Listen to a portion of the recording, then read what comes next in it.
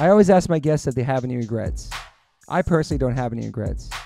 Even when it comes to my tattoos, I have the silliest tattoos. Even my ET on my leg, it's still a childhood memory for me, and I love it. I've had tattoos on top of tattoos strictly because I wanted more tattoos. I started getting tattoos when I was 18. I'm 52 now, and I can't stop. I've had laser treatment before on something on my arm. It's 4 tattoos on top of each other. And that experience at that place was pretty fast. It was pretty cold. It was in and out, swiped the credit card. Don't really tell me much. Didn't give me much details or anything was going to happen. So I never went back. So as of most recently, I'm so lucky enough to have had 2 sessions at Removery Tattoo Removal. My tattoo on my arm that looks like a big black blob is now super light. I've had 2 sessions. I have a long road ahead of me. None of this stuff happens overnight. You cannot take a tattoo up in one sitting. You have to be patient. And it's painful. They ice you up. It's super fast. To me, it felt like a bunch of rubber bands. But what's more painful than that is looking at something on your body that you think you're stuck with for the rest of your life. That sucks. But now for me, I'm really happy I started this journey. I'm slowly going to get this tattoo removed. I never thought in a million years to have any kind of real estate on my arm. I don't even know what I want, but it's exciting. I'm so honored to announce that One Life, One Chance podcast is now with Removery. I have a code. Use TobyH20 and get $100 off your first session. Call 866-934-4570 or go to removery.com. One of the most experienced tattoo removal companies in the world. Over 600,000 removal treatments done. 100 locations. U.S., Canada, and Australia. State-of-the-art peak-away laser technology. Cryo technology to reduce any discomfort. This is so exciting for me because all I do in these podcasts is talk about tattoos. From day one, if you've been listening to this podcast, talk about tattoos, talk about getting removed, talk about getting covered up. So this is such a perfect fit for me. Once again, go to removery.com or call 866-934-4570. Use my code TobyH20 and get $100 off. These guys are located everywhere. Try it out. Check, check, check. Welcome to the One Life, One Chance podcast. I'm your host, Toby Morse. Today I have a very special guest in my kitchen. And I just figured out how to pronounce his name because you always call people's names by like the bands they're in. But Frankie Iero. Said it right? That was good, yeah. Iero. Yeah. So what is that name? What's your Well, it's Italian, and then I think it got like abbreviated or changed on the boat, like when they came back. Yeah. Because it was probably like there's way too many vowels for a real name. You know what I mean? Like it's all vowel. Yeah. Which is why, yeah, like a lot of people I think thought it was like Frankie Rowe, like romance. Like I was like, oh, I'm Frankie Rowe. Like, oh, you know what I mean? Shit. But stage no, name. I never thought of that. That could have been that. Yeah. I don't know if it was a stage name or not either. Yeah. I think I would have been a different person though if I was like, oh yeah, I'm Frankie Rowe. Like I think it would have changed my personality. So I'm pretty glad that I didn't do that. Dude, well, thank you for being here, man. Oh man, absolutely. I used to live like maybe 4 blocks from you, really? Which I didn't know. Yeah, not that you probably want to give your address out on the on the podcast. But people know I live off of Pico, so around that area. Wow. Yeah, holy I used to live by the Grove. Wow. Yeah. When? What years? This was like 10 years ago. I had my son out here. Okay, I didn't know that. Okay. Well, Jamia had him, but you know, I helped. So you lived up the street. That's crazy, man. Yeah. Did you like it out here? I did, and I didn't. You know, I feel like for me, like, you know, when I raising kids and stuff like that, I just wanted to have like a, you know, like I wanted a neighborhood that I felt like more comfortable with. It's very much city living, and I love LA. Like in my 20s when we didn't have any responsibilities, you can just like, oh, I'm just looking for trouble. Like you can always find trouble. Totally. And I like that. But you know, now like I'm a little bit older, and even 10 years ago I was old enough to be like, nah, I'm just looking to like maybe like not dedicate an entire day because I have to stop at Target. You know what I mean? Like it's like, you know, or it's pay true. for parking, like, you know, at the fucking doctor's office, and it's so true. Like crazy, dude. I see, when you say that, I think about that. I'm like, parking is horrifying. It is, especially when you have like I had twin girls that were young, and my wife was pregnant, and it was like I can't park anywhere and have you get out of the car. Like it's impossible. It's true. Yeah. So are you the only one in Jersey still? Yeah. That's so cool. Yeah. And that's you were born and raised. Born and raised, yeah. And so what was it like going back there after being here? Was it cool to go back there and settle down? It was, but you know, when I moved out here and we had Miles, and then like when I moved back, it was like right at the time the band dissolved and broke up. Okay. So that it felt a bit like a dishonorable discharge kind of thing. You know what I mean? Yeah. But at the same time, it was nice to be home. Yeah. And so everybody's spread out across the country. Yeah. And Yeah. You're the only one on the East Coast, right? Mm-hmm. And how is that? Is that cool? Is it kind of just cool being the only member living out there? Is that hard? No. No, I mean, Especially these now, days, you can just- yeah, yeah. everything's so connected. Yeah. You know what I mean? Still talk like 4 to 12 times a day through text message anyway. And yeah, I mean, like your communication is just, nobody talks on the phone anymore. It's just, you're just texting everybody. I know. And it feels like they're real close. You Yeah, know? I think you'd I be probably in talk to Jersey? them more than people that live next to me. So Yeah. Same too. I talk to my band a lot. That's a Right. good sign we can talk to your band when you're not on tour. That means you guys really love each other. I think so. I feel like that all that stuff, like where like how the band broke up and all that thing. I feel like as hard as that was, and hard as it is to like find yourself after like 12 years of being in something, and then like Yeah. being like, oh shit, like how do I define myself now? I wouldn't trade it for the world because the lessons you learn and the friendships build into a different thing. It's not just like, oh, we're not just friends that have like because we have to be friends because we're in a band. Yeah. Or we have a business together or something like that. Like, no, we actually genuinely enjoy each other's company and like, care what everybody has to say and Yeah. like, care about each other's families and stuff like that. And that's an important thing. 100%. It's crazy the bands that like don't talk to each other, have separate dressing rooms, separate buses. They go on stage, they play, they leave, they don't say goodbye. It's So crazy. They get fucking handed like a weird, set man. list, and it's crazy, bro. I know. I've been on tour with those bands. Mhm. Like everyone's got a manager. Yeah. And it's like communication is nil. Like, Go through the management. yeah, dude, I don't understand it. Wow. I don't know if I could do that. Mm-hmm. I mean, that feels like, just showing up to a job. Like, if you worked for a company. Yeah. And, Totally corporate. Yeah. Yeah. Do you see yourself staying in Jersey forever?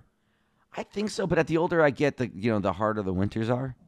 Bro, You dude. know? How old are you now? I'm 40. I'll be Okay. 41 in a week. I It's think. so young to me still, but you guys been doing it for so long. But you Yeah. started younger too, for sure.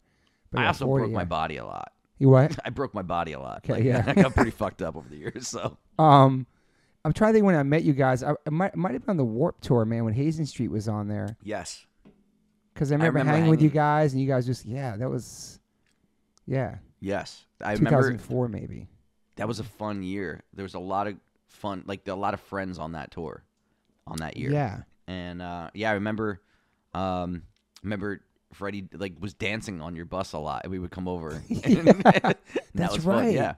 Yeah. I remember you guys would watch us, Keep It 2 as well. Oh, like all the God, bands that were watching each other and stuff. And yeah, man.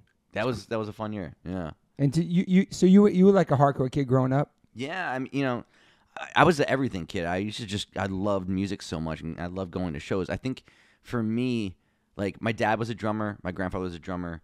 My dad really loved the blues and stuff like that, and that felt like his DIY scene. Like it was like music that was made for like them. They made it themselves. There's like one microphone in the room, and I kind of like translated that to like, all right, my blues is the punk rock or hardcore that's being like produced by my friends. Yeah. And it felt like this DIY thing in the same vein. Yeah. And I loved that. I all I ever wanted to do was be in a band and just make music. Yeah. Your grandfather too, right? Your dad Yeah. and grandpa, yeah. And so that was a thing. Like how do you do this and not I didn't want to be like a virtuoso. Like I never looked at like MTV and was like, oh, like that could be me. Yeah. That seemed so far away. You know what I mean? Like Yeah. I never thought I'd be like in Guns N' Roses or anything like that. Or Metallica. Yeah. Like that shit was cool, but like I couldn't do that. I didn't think that was me. Like I didn't see myself in that. Like Yeah. But I saw myself like at the VFW hall, like bringing a fucking can of food and like oh, I know that kid. He put the show on. He also has a PA. Like So it's cool. like all that. It was Jersey basement shows, man. Yeah, man. Legendary. So, seriously, that's how I cut my teeth, and that's where I learned everything I knew. Yeah. So, And so that was my shit.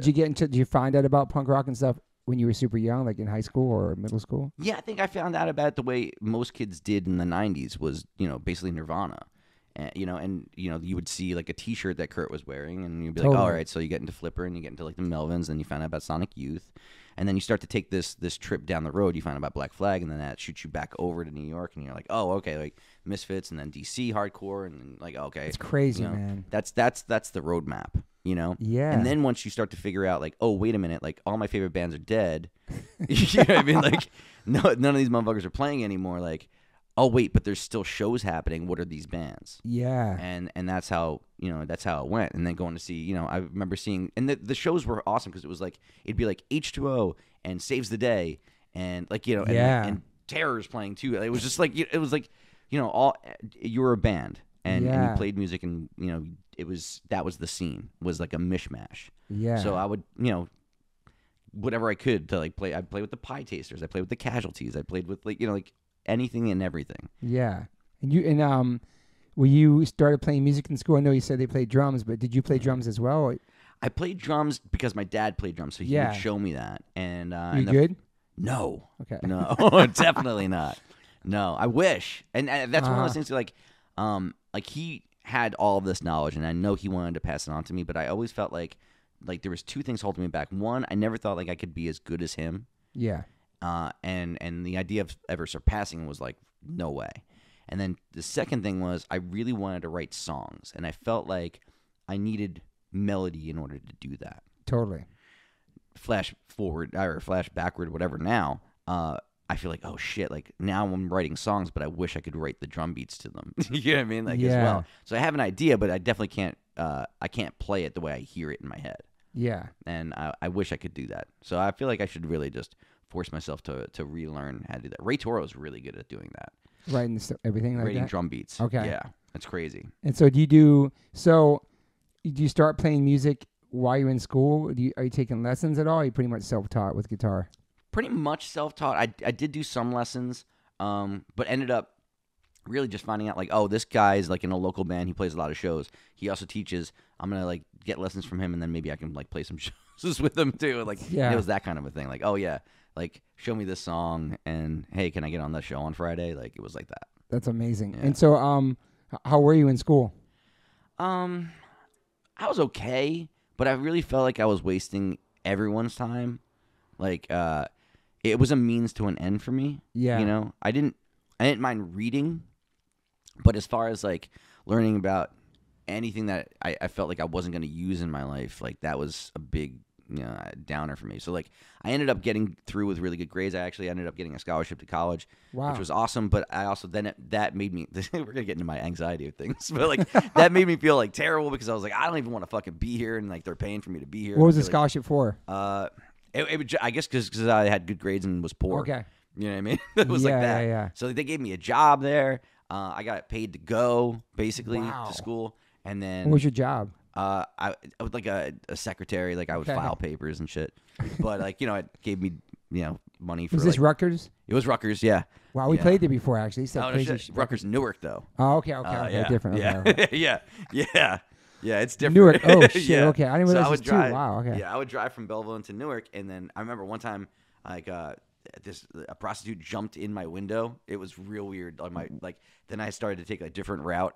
Like my windows were up all the time. Yeah, Newark's no joke. Newark's man. no joke, man. Especially back then too. It was crazy. It was before like the Prudential Center and all that too. And for the listeners, this is it's pretty much a fact. You can maybe I'm wrong, but supposedly that's where carjacking started. Was in Newark, New Jersey, according to New Jersey according Drive. to Redman, Right. according to a lot of artists I listened to growing up. Yeah. But Newark's no joke, man. It was, yeah, and it really wasn't back then too. So, but I mean, that's where I went. I worked there, and I felt terrible because I was like, all right, there's people that probably really want to be here and are going to do something with this, and I'm just here kind of killing time until I can get my next gig.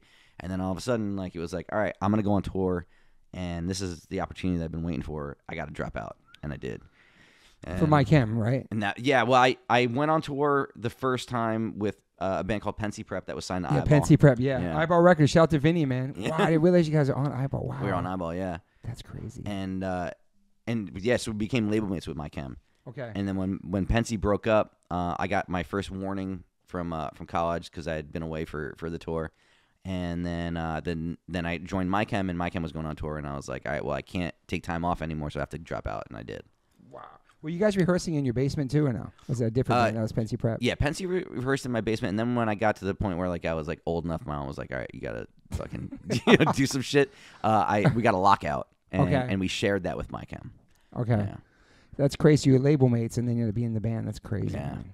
Yeah. And It so- was, and that was like one of those things where it was just like, I feel like my entire life things just kind of like felt like not to get like hippy dippy or whatever. No, like, get but hippie, like, bro. all right, I truly feel like the universe will tell you things. Like if you're able to listen and just like kind of like put things out there and receive things in a positive way. Like I agree, man. Shit works its way out. So like you're gonna see these signs along the way, and if you're in tune, you can receive the transmission a little bit, and that's just kind of how things happen throughout my entire life. Like MyChem was around. How long were they around for? Like before you joined them? They played 11 shows, all of which I was either at or got them. Wow. Yeah, so like I watched the first 11. That's incredible, man. The first one was a show that my cousin put on in Ewing, New Jersey, and Pensy like closed it, but like MyChem played, and I remember like standing on a chair at the merch table watching them and being like, "This is the greatest fucking thing I've ever seen in my life." Like Wow, this band is incredible. They're my favorite band. That was the moment I was like, this is my favorite band. And then for the next 10 shows, I was like, I get to watch my favorite band. And then they asked me to join. Dude. Yeah. And so were you hanging with, did you know them before you started playing shows with them? Like, yeah, I mean, I met Mikey first because he would be at the Eyeball shows. Yeah. Or Eyeball, the house parties. Yeah. And then he also worked at Barnes & Noble. So we would go Nice. there, and he'd, sometimes he would let us steal CDs and stuff. And like, that's how we knew him. And then we knew he had an older brother that was like this creepy kid that drew comics. It's creepy. And, yeah, and that was it. Like he never came out. He was like a hermit. Like nobody really saw him much. But when he would come out, he was like super funny. Yeah. And I really enjoyed hanging out with him. And around this time, like Thursday was like blowing up, and he did some artwork for Thursday, and he did some artwork for Pensy. And then one time he came to a party and told me he was going to start a band. And I was like, "Oh yeah, you're going to start a band?" And he was like, "Yeah, you got any advice?" And I was like, "Oh yeah, I've been on tour. I could tell you, like I've been doing this thing for a while now." Like that kind of a thing. Wow. And it just felt nice for someone to ask advice. You know what I Yeah. mean? Like, were you much older than those guys or no? no, I'm young. I'm the youngest Okay. one. Wow. Yeah. So, but he was like, "Yeah, I think I got some songs. I think I got a few people I want to start a band with, and I think I'm gonna call it." Or Mikey said like I should call it this, and Wow. and I was like, "I think you should. I have a lockout. If you guys want to practice, like, come join. We need the money too. Like, if you got $150 a month, like, you should come and." So hang what year out. would that? What year would that would have been? I probably like 2001. Yeah, yeah. Right after yeah. 9/11. Yeah. Yeah. Also, Because that was the whole reason he wanted to start the band, was he saw it from the docks. Oh wow. Yeah, That's And intense. It was fucked up. Yeah, I mean it fucked everybody up. It changed everybody. Totally. That was a Um, crazy. Yeah. Yeah. Well, I just moved. I moved in 2001 here, Oh wow, really? so I had this weird kind of like guilt. Like I left my city. I wasn't there to protect the city. I had this whole thing. Like waking up. I had, heard like, that's why it happened, because you weren't there. Stop.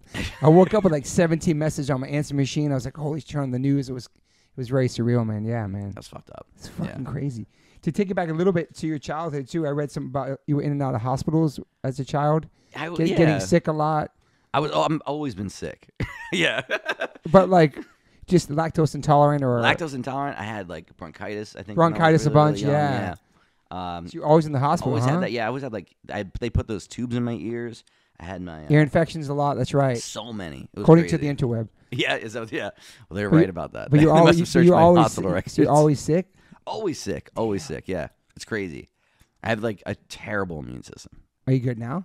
I mean, I'm alive. Yeah. I've lived through it. My wife though I've never seen her. She's never been sick. I think once in the entire. Wow. She's like Unbreakable, like the movie, and and I'm like Mr. Glass. I think is basically how that works. So yeah. have you been worried about that your whole life? Your immune system, or taking care of yourself? I don't know. No, you would think I would be. Or hypochondriac, or no? I just know that I'm going to get sick. You would think, though, that like a smart individual would be like, "Oh, I always get sick. I should really take care of myself."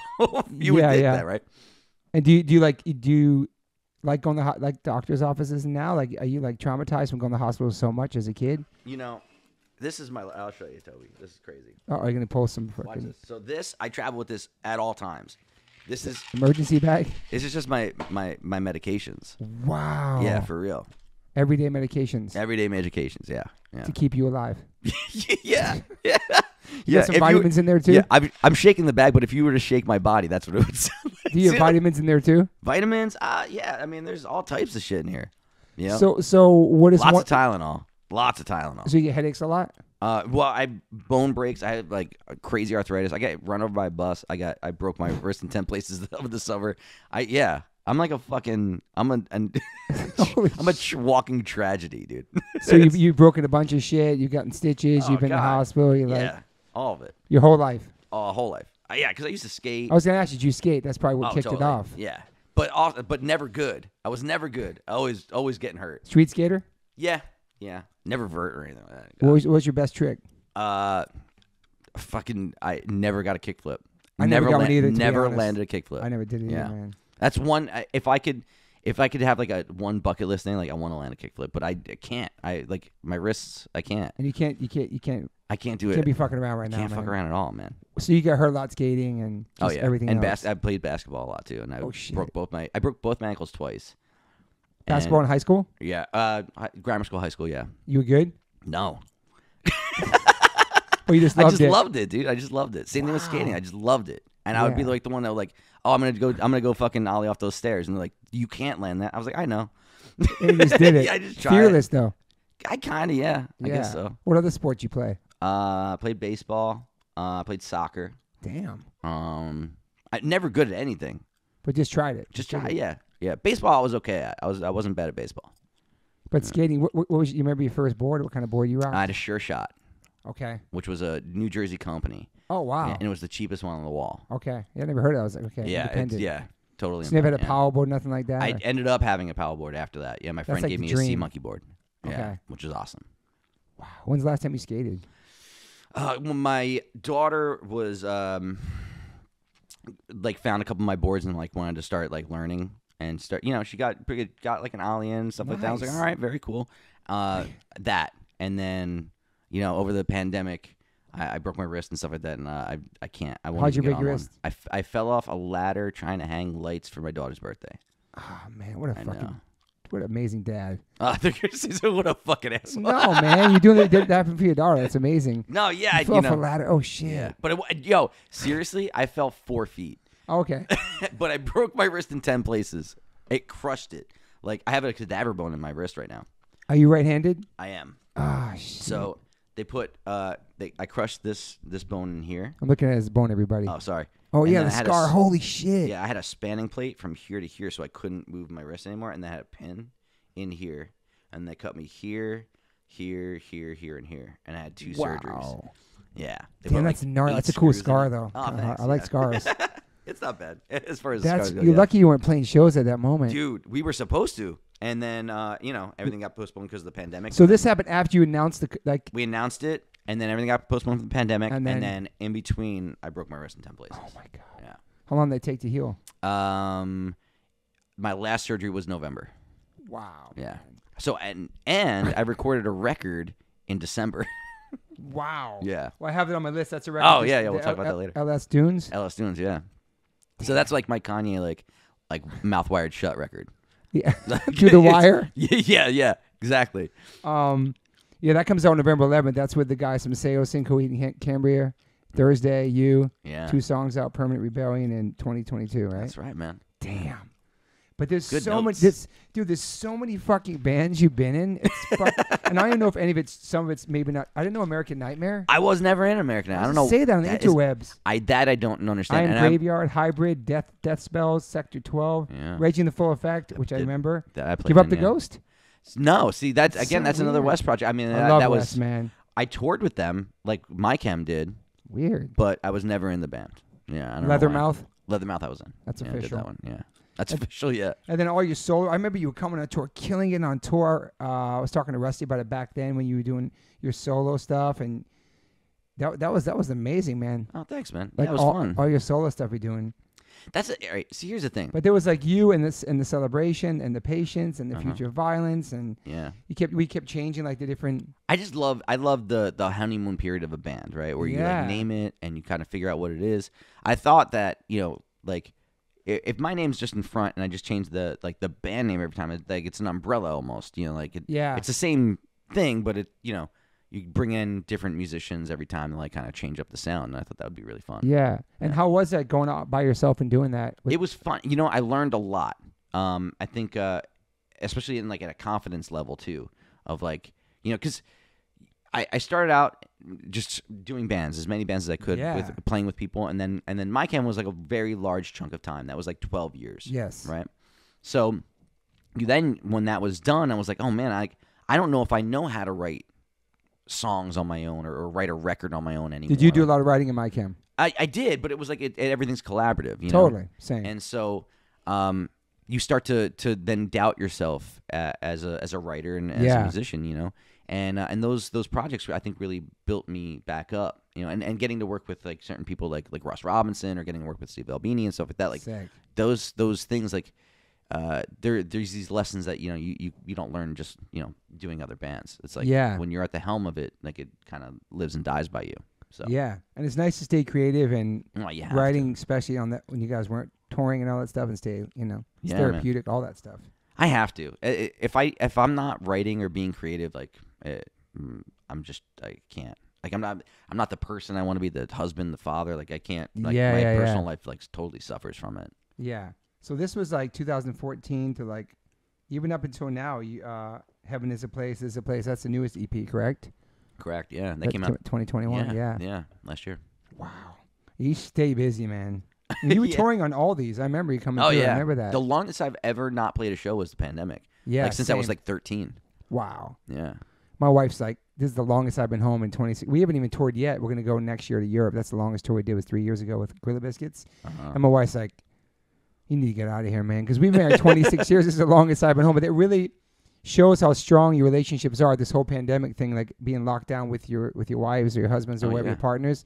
It's just, either you made it through or you didn't. But if you made it through, it's like, yo, you got a real awesome partner. Man. Hell it's like, especially for touring people, you know, like us. Like, absolutely. And that's the thing, like, you know, it's funny when you're touring so much, like the thing that you would fight about the most is like trying to be together and not getting to be together, you know what I mean? And then sometimes you're together too much and you start to fight. You know what I mean? It's like, oh shit. But the only time me and my wife ever like got into it is like when we're trying to build IKEA furniture. That's the only thing we fight about. For real? Yeah. Oh gosh, she's terrible at it. Shit's the worst. They could come up with some better ways to make that furniture, man. I know. I know it's a good price, it's good quality, but those little teeny wrenches and all that shit. Yeah, bro. I know. Like you can't actually use a screwdriver. Like fuck, man. All right, so like the wooden dowel thing is the worst. But here's my thing: is like my wife is a very intelligent, amazingly, like she's unreal. I look to her for everything. Like thank God for her. How long you guys been together? 20 years. We've been married going on 16. Amazing, man. But here's the thing, Awesome. like she is very helpful when it comes to that stuff, but you know, like she's like, I'm helping you, but it's not help. It's all it's like detrimental, and then you try to tell her like, no, let me just do this myself. And she's like, fine, you're gonna do it yourself. And it's like, yeah, because you put this fucking thing in backwards now, and now it sucks. No, yeah. She took the initiative at first, but then it's like, oh yeah, my wife will start something, and then walk away, and I'll do it or something. Maybe I'll do it wrong, or it's only IKEA furniture, really. Everything else she can beat me at. But I know that huge IKEA. I can see it right now in New Jersey on the side of the highway. Oh yeah, dude. That's a spot. It's by Garden State Plaza. Yeah. I remember when that first came in. Yeah. So wow. So I can see you making stuff, like building shit. Wow. I like that. Are you a handyman? No, but I can build a fucking mean cabinet out of IKEA stuff. What about like basic shit, like I don't know, man, fixing shit in the house? Yeah, I can't. Yeah. I'm terrible, man. I don't know what it is. Yeah, no, same. Here's the thing: my father-in-law is a big handyman. He has every tool you can ever imagine. I try to learn from him. My dad was not. Okay. Like he was like very much like, you know, the Italian, like, no, I'll play drums for you, but like I can't do fucking, you know, like I can't trim a hedge or like fix a door or anything like that. Like he would never in his life. I wonder why it is. Because we can't say, oh, yeah, your dad is a musician. Yeah. Maybe it's because, I don't know, man. It's such a weird thing. And I'm trying to step it up during the pandemic, how my friend's been helping me fix my house. I'm watching, I'm learning. I fixed a couple of things. My wife's like, oh, my God, you're turning into a man. Like, finally, like, that's learning. Fun to hear. Do you know what I mean? Yeah. Just like, because I'm doing things. And yesterday, I bought my first blower, which for the listeners, like, you blow leaves with it. Oh, yeah. I clean up my garage with it. Wait, so you painted your garage with a blower? No. I just bought a blower. It's like the first kind of real tool thing I bought because my friend had one. I was like, y'all want one of those? And so I use it to blow leaves in my yard and my garage. It's like, yeah. And I told my wife, she goes, oh my God, what the fuck's happening to you? Like, you bought a blower? And that's like the most thing I've ever bought as far as like a blower thing. And a shop vac. That's really all you need. Oh, I got a shop vac too. Yeah, see? There you go. That's it. But I don't have to shovel snow because I don't live in the East Coast. You shovel snow? Yeah, it's fucked. And you're actually out there doing it? Trying. Yeah. Damn. I know. I will say this though, like my my wife's cousin owns like a landscaping thing, so he'll help me with like the plowing of the driveway. But Yeah. I have to do the walk, and it's a long walk. Dude, It sucks. we're so sick to see you out there like fucking. I know. I do not miss the East Coast weather. I mean, I do Dude, love. It's punishment. I miss walking, living in New York, walking. But New York's definitely a different place than it was when I lived there. Yeah. I don't know. I have a lot of friends out there. I love the way people are so honest and blunt to your face, and I love the realness of that. There's people. I surround myself with East Coast people there anyway. But there's something. I've about never the met East anybody Coast. that was like from here that lived here. Yeah. Have you? No. In other words, LA's so fake. It's like it's who you surround yourself with, who you hang out with. But yeah, I do miss the walking of New York. But all my restaurants are gone. There's something about the East Coast when I go visit, especially in New Jersey. As of lately, I went to Asbury Park. I'm like, holy fuck! Isn't it crazy what it's become? What is this place, dude? Dude, there's a pinball museum. Like it's fucking know. awesome. I know. We played there back in the day many times with Fury 5, all these bands. I remember seeing a pig's head on the beach with a cigarette in its mouth, like a chopped off pig's head, and just sketchy ass shit out there. And now it's just like. It's beautiful. Yeah. I don't know if I can even afford it or have a house out there. It's like, it's gorgeous. That's pretty crazy, man. I know. And Jersey has some really nice spots that I've been through. And there's a lot of people like musicians that left New York and live in New Jersey too. Yes. Well, definitely during the pandemic too. Like a lot of people came, and all my friends that were like in Brooklyn or whatever, I was like, "Yo, you gotta come to Jersey," and I got a few of them. Like I got Tucker, which was awesome. Nice. And then I got my friend James Bowman, to move up from Florida. So. Yeah. That's cool. Suckered them into Jersey one. Because there's like some nice little small towns and little areas out there. It's great, man. Everybody's got kids now, so like neighborhoods and parks and stuff like that. Like it's fucking rad. And it's close to the city. You go to the city whenever you want. Yeah, exactly. Do you go to the city at all and hang out? I do. Yeah, okay. Yeah, I do. I love the city. Yeah, I love it too, man. But I would never live there. Yeah. I can't. I need a little bit of space. I do. Yeah, me and my wife lived in a 400 square foot apartment on 5th Street. We thought it was so cool, and 2nd Avenue, and we moved here from there. Yeah. I'm like, holy shit, space, and what you get for your space, and it's just a different way to live. It really is, and you can be outside whenever you want to here. It's insane. But I'm a terrible driver. Like, I didn't start driving until I was 33. Everyone is here. So I I don't own a car for a year. I walk everywhere. I got my son a car. I Uber. I take those scooters. I ride my skateboard. I stay in my little area here. Gotcha. But I never drove my whole life, and I drive under the speed limit. I'm terrible. So like, that's the one thing that sucks LA about driving. But I don't know. That is the one thing. And also too, I will say this: every time I come out here and I spend like an extended period of time, everybody's like, "Dude, what are you doing? Everybody's out here. Move back out here." And then I know that the second I do, they're like, "Oh, but you moved too far. No one will ever come see you. If you live more than 20 minutes away from somebody, that's like, oh, you might as well just go back to Jersey, dude. Like, you never see anybody. They suck you out here with the idea of friendship, but then they'll never come see you. That's really interesting you say that, because I have friends like, you should move to Nashville. You should come to Austin. We're going to hang out. I'm like, no, you have your friends and your family there, and I don't want to move there. It's still Texas, and it's still Nashville. I don't know. But so many people move there too the past 2 years. But it's like, I know what you're saying. They come move out, let's all hang, and then you never see each other. Yeah. Because it's something that's like 4 miles takes like 45 minutes, could be. Or oh my God, dude. Yeah, that's why I was a little late today. Yeah. Yeah, it's crazy. I mean, here it's an anomaly. I don't know how you make any kind of an appointment or a plan out here. Like, I don't know how long it's going to take me to get 10 miles. I know. How far away were you at right now when you came to me? It was supposed to be 10 minutes away. It ended up being like 25. Damn. Yeah. Well, let's talk about. Well, first I went to your show the other night, and it was amazing. I haven't seen you guys in a million years, and I was telling you before the pod that like the diversity, the different generations, the age groups. It was like just the people from different bands that I saw hanging out backstage. Just all the different generations of people that your band has inspired. It was really beautiful, man. I didn't know what to expect, and I brought my son and my friend Chappelle, and just the screaming alone was so freaking loud, and just it was like an emotional experience, man. I'm familiar with a lot of your songs, but not all the songs, and like the ones that I know, and just other ones I never probably knew. Just the crowd is just like fucking. It's magical, man. It's 2022, and your band started in 2001. Yeah, I know. It's fucking, and I feel like, I mean, I can't speak for you. I just feel like the band is bigger than it ever was. I don't know. How do you feel in this moment? I feel stepping away from way. the moment, you know? It feels surreal, you know. We were speaking a little bit about this before we hit record, but like, to me, like, I never in a million trillion years thought I would ever get to like to do this at the scale that we're doing it. You know, Yeah. I mean, once, let alone twice. You know? Yeah. That's the thing. I feel like a fucking unicorn because like this is like the only thing I've ever wanted to do, and the only like thing I'd ever was passionate about like that. Like I would sacrifice anything to do it. Yeah. And And quit college for. And quit college. Yeah. Quit everything for. Like there's sacrifices I made or like lies I told just to get my foot in the doors of places or to do this. Yeah. And it's a lot like.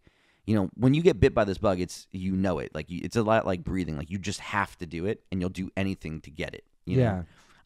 So that was always my life. Was like, how do I get a gig? How do I do this? How do I play in a band? How do I write a song? Like I just want to. That's what I want to do with my life. Like I love the art form of music so much, and so, My Chem came along, and we were doing this, and I loved the band. I believed in the band. I've always felt like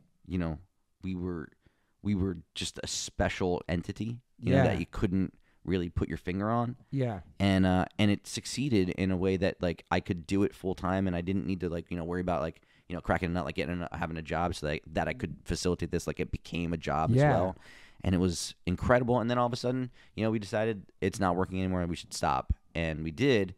And then it was like, all right, well, now what? And somehow, some way, like while the band was away, it took on this life of its own and became this, even larger than life thing. Yeah. And I feel very fortunate to now be able to then like now do it again, and somehow it's on a even bigger scale. It's insane, like, man.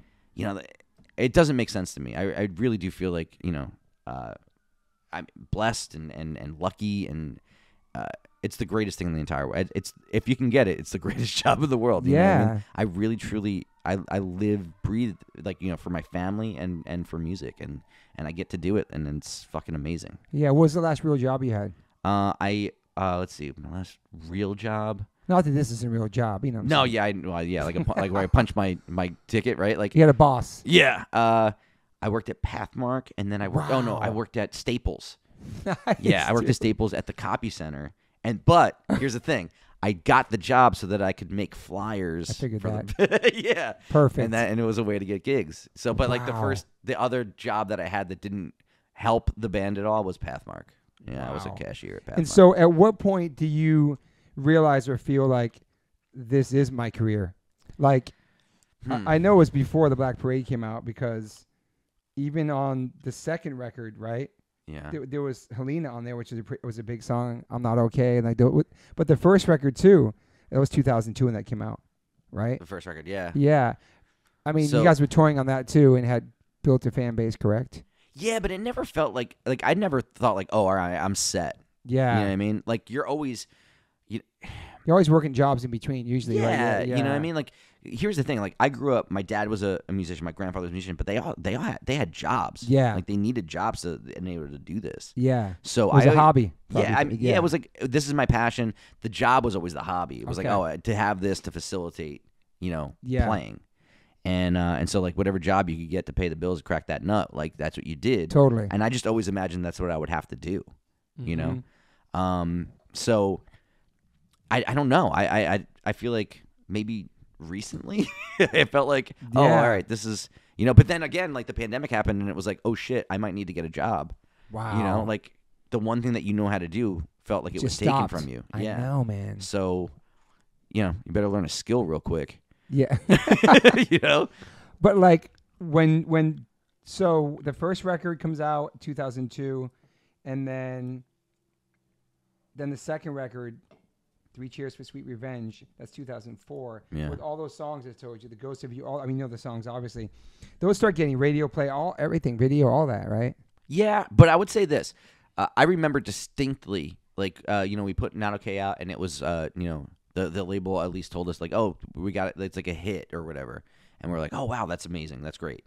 And then Helena, they were like, all right, we're going to put this as like a second single. And I remember there was a time, like, when they put the single out, and like there was like a week or two where like we got sat down by like the radio people, and they were like, hey, we tried really hard, we're sorry. And we were like, what? Sorry? Like, this is amazing.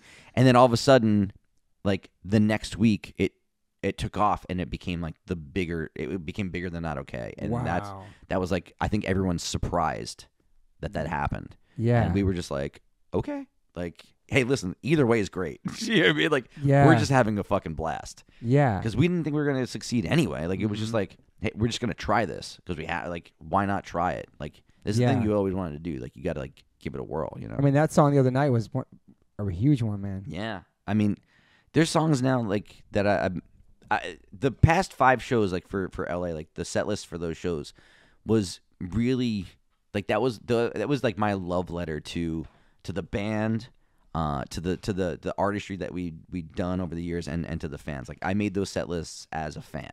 Like, do you always make the set list usually? Usually, yeah. Like, awesome. Mikey will help me too, but like for the most part, like you know, if everybody's busy, like I do it.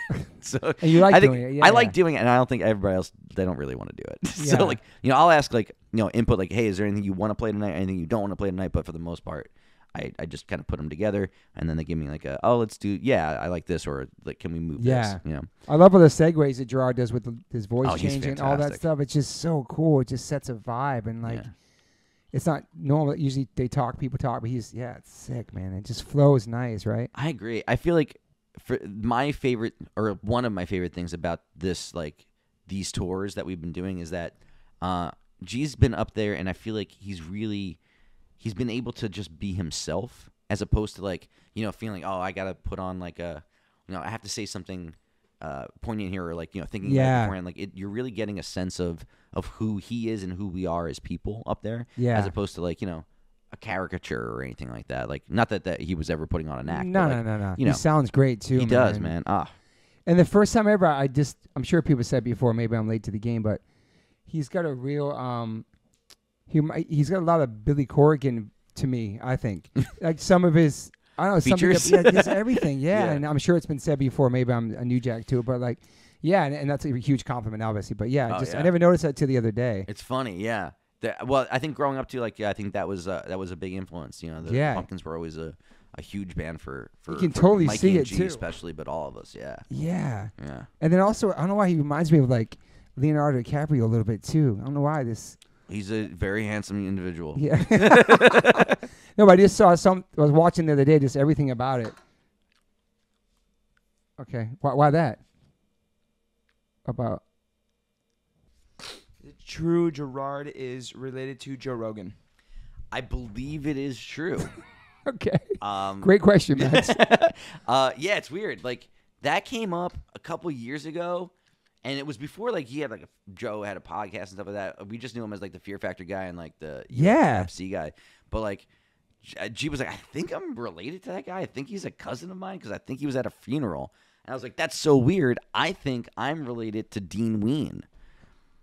What? Yeah, I don't. Same you guys thing. Never found out? I never found out. 100%? My dad told me that we were, because Dean, I think, was at a funeral, which is like such an Italian way to find out that you're related to people. But like some Soprano shit. I mean but I've never hung out. I've never met Dean. And I don't think G's ever met. So there's no Joe. 23andMe to prove any of that stuff. Yeah. I mean, there probably is, but I think it's weird. I think the way it got confirmed is that Kevin Smith was on the Rogan podcast and asked Joe, and I think Joe said yeah. Wow. Yeah, but no one cares enough, I guess, to like hang out. So. Kevin Smith is Harley Quinn's dad. Yeah. Wow, man. Who's also a massive fan. I had her on the podcast, and she had like posters in her room. She was talking about you guys. Like, she's amazing as well. She's very nice. Yeah. Damn. Yeah. So Gerard. It was just magical, man. And like, it was just nice to see that. And I was just lounged. Like, I know she farts on guests so sometimes. Adorable. I'm sorry, man, if she farts on you. That's okay. Okay. So the Black Parade. That seems like the game changer. Yeah. I guess so. I mean, it was one of those things where it's really funny, because like when writing that record, like, you know, we were shooting for the stars. So did you feel pressure from the record before?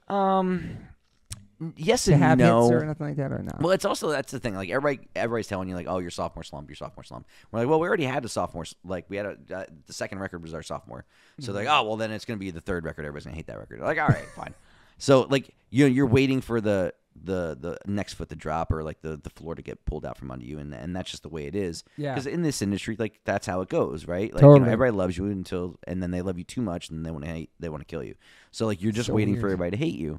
And I was like, and I kept saying to everybody like in the studio, and I think I was trying to put this out in the universe to like kind of like cancel out the Malouk or like the bad mojo, you know? Yeah. And I was like, like listen, we got to do everything that we have ever wanted to do because everyone's gonna hate this record anyway, and that it's gonna fail. So just think it's gonna fail, and then we're just gonna do everything that we've always wanted to do and we're never gonna have the chance to do it again, like that. Kind of thing. And that was at least like I thought like a good mentality to have. You know what I mean? So. Like, cause fuck it. Like, when else are you gonna be in a fucking studio like this and like, oh, I want a tuba on this song? Like, call the tuba guy. Like, yeah, when else are you gonna get to do that shit? Yeah. So that's the shit that we did, and turned out like people fucking connected with the record because it was a great record, and I don't know, man. It was one of those things where just life has a funny way of working out, man. It's like weird. Like we were all like in the right place at the right time. I don't think that record could have been made with anybody else or any other group of people, and it was just like we all drank the Kool-Aid and we just fucking went for it. Yeah, and the fans were stoked. Like it seemed that way. Yeah, you know. And also new fans, obviously. Yeah, I think also too, like we had already been through that thing of like the people yelling "sell out" or whatever the fuck, and like just because we had gone to like a major, or, whatever. But it's so crazy back then. Yeah, it was. But at the same time, I think when we were coming up, like we didn't fit in with anybody anyway, so there wasn't a lot of those gatekeepers that were like that passionate about our band. Like they had already told us that we like didn't belong because somebody had eyeliner on or somebody like fucking wore the wrong T-shirt or something. Yeah, you know what I mean, so crazy how that is, man. Yeah, but that especially when there's the misfits who like inspired everybody. Yeah, I know, but that still, it's weird, man. Because like same thing like cancel culture, right? Like nobody's going after like old misfit songs. You know what I mean? It was just like thank God, like I feel like you have to separate that shit. The time and the artist needs to be separated from the art sometimes. And I feel like there's shit that I like that, I just like it because I like it. Yeah, and there's a reason why we liked it, and the reason why it was punk, and the reason why it was shocking or it inspired us in a certain way. You know what I mean? But I know where it came from, and I know like the time that it came, and I'm like, not fooled by it now. You know what I mean? I know there's a lot of hardcore songs from a lot of bands and pop, and a lot of bands that stopped playing some of their songs, had some crazy lyrics in it back then.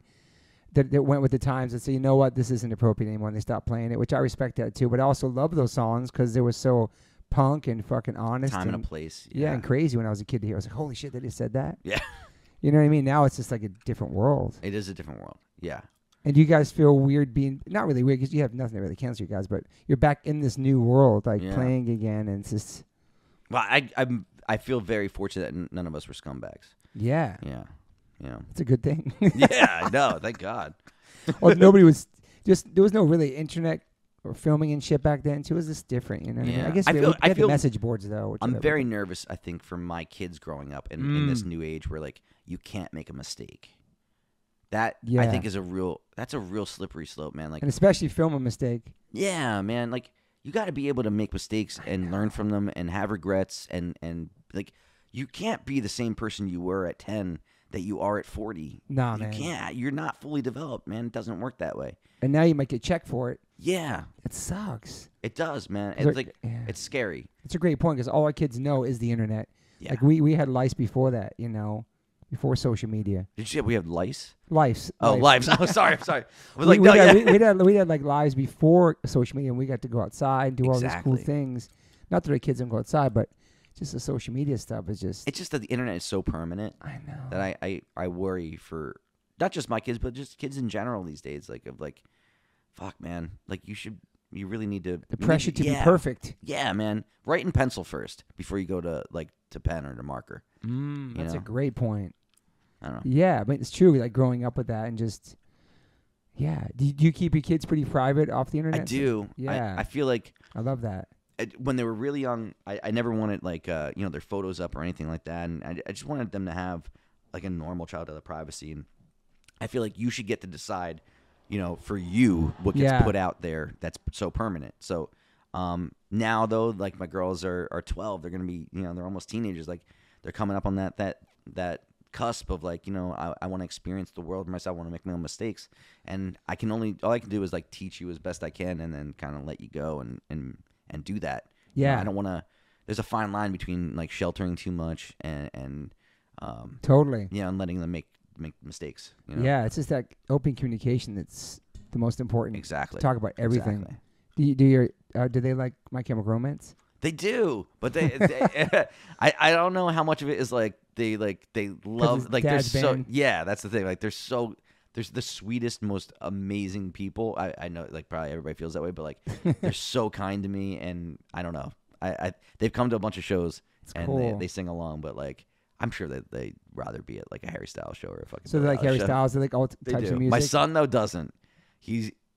How old is he? He's 10 and he likes Iron Maiden. Wow. Which is awesome. Sick. Yeah, but he also likes Imagine Dragons. Okay. And Respect. yeah, and he also likes he really likes Shrek, so he loves the Smash Mouth songs. So it's like a very wide array of things that he enjoys. That's cool. Yeah. My son loved Shrek growing up, and he loved that song. And Yeah. he didn't even know what band it was, and that's such a damn. That song's massive. Think about that. Isn't that song in crazy? Shrek. Now think about this though, right? How many people do you know that own a Smash Mouth T-shirt? None. None, right? Like so, like who's like. It's crazy. who's the fans of that band, and it's like one of the biggest songs or biggest bands. Like if you think about it, right? Like everyone knows that song. Yeah, But if they were to play a show, who's going to the show? I know. Isn't that weird? And it's maybe little kids with their parents just to see the one song, which they probably Maybe. play at the end anyway. But I said that to me feels like a festival, like oh you went to the fair and they're playing, Yeah. right? I You wonder, think- can they tour?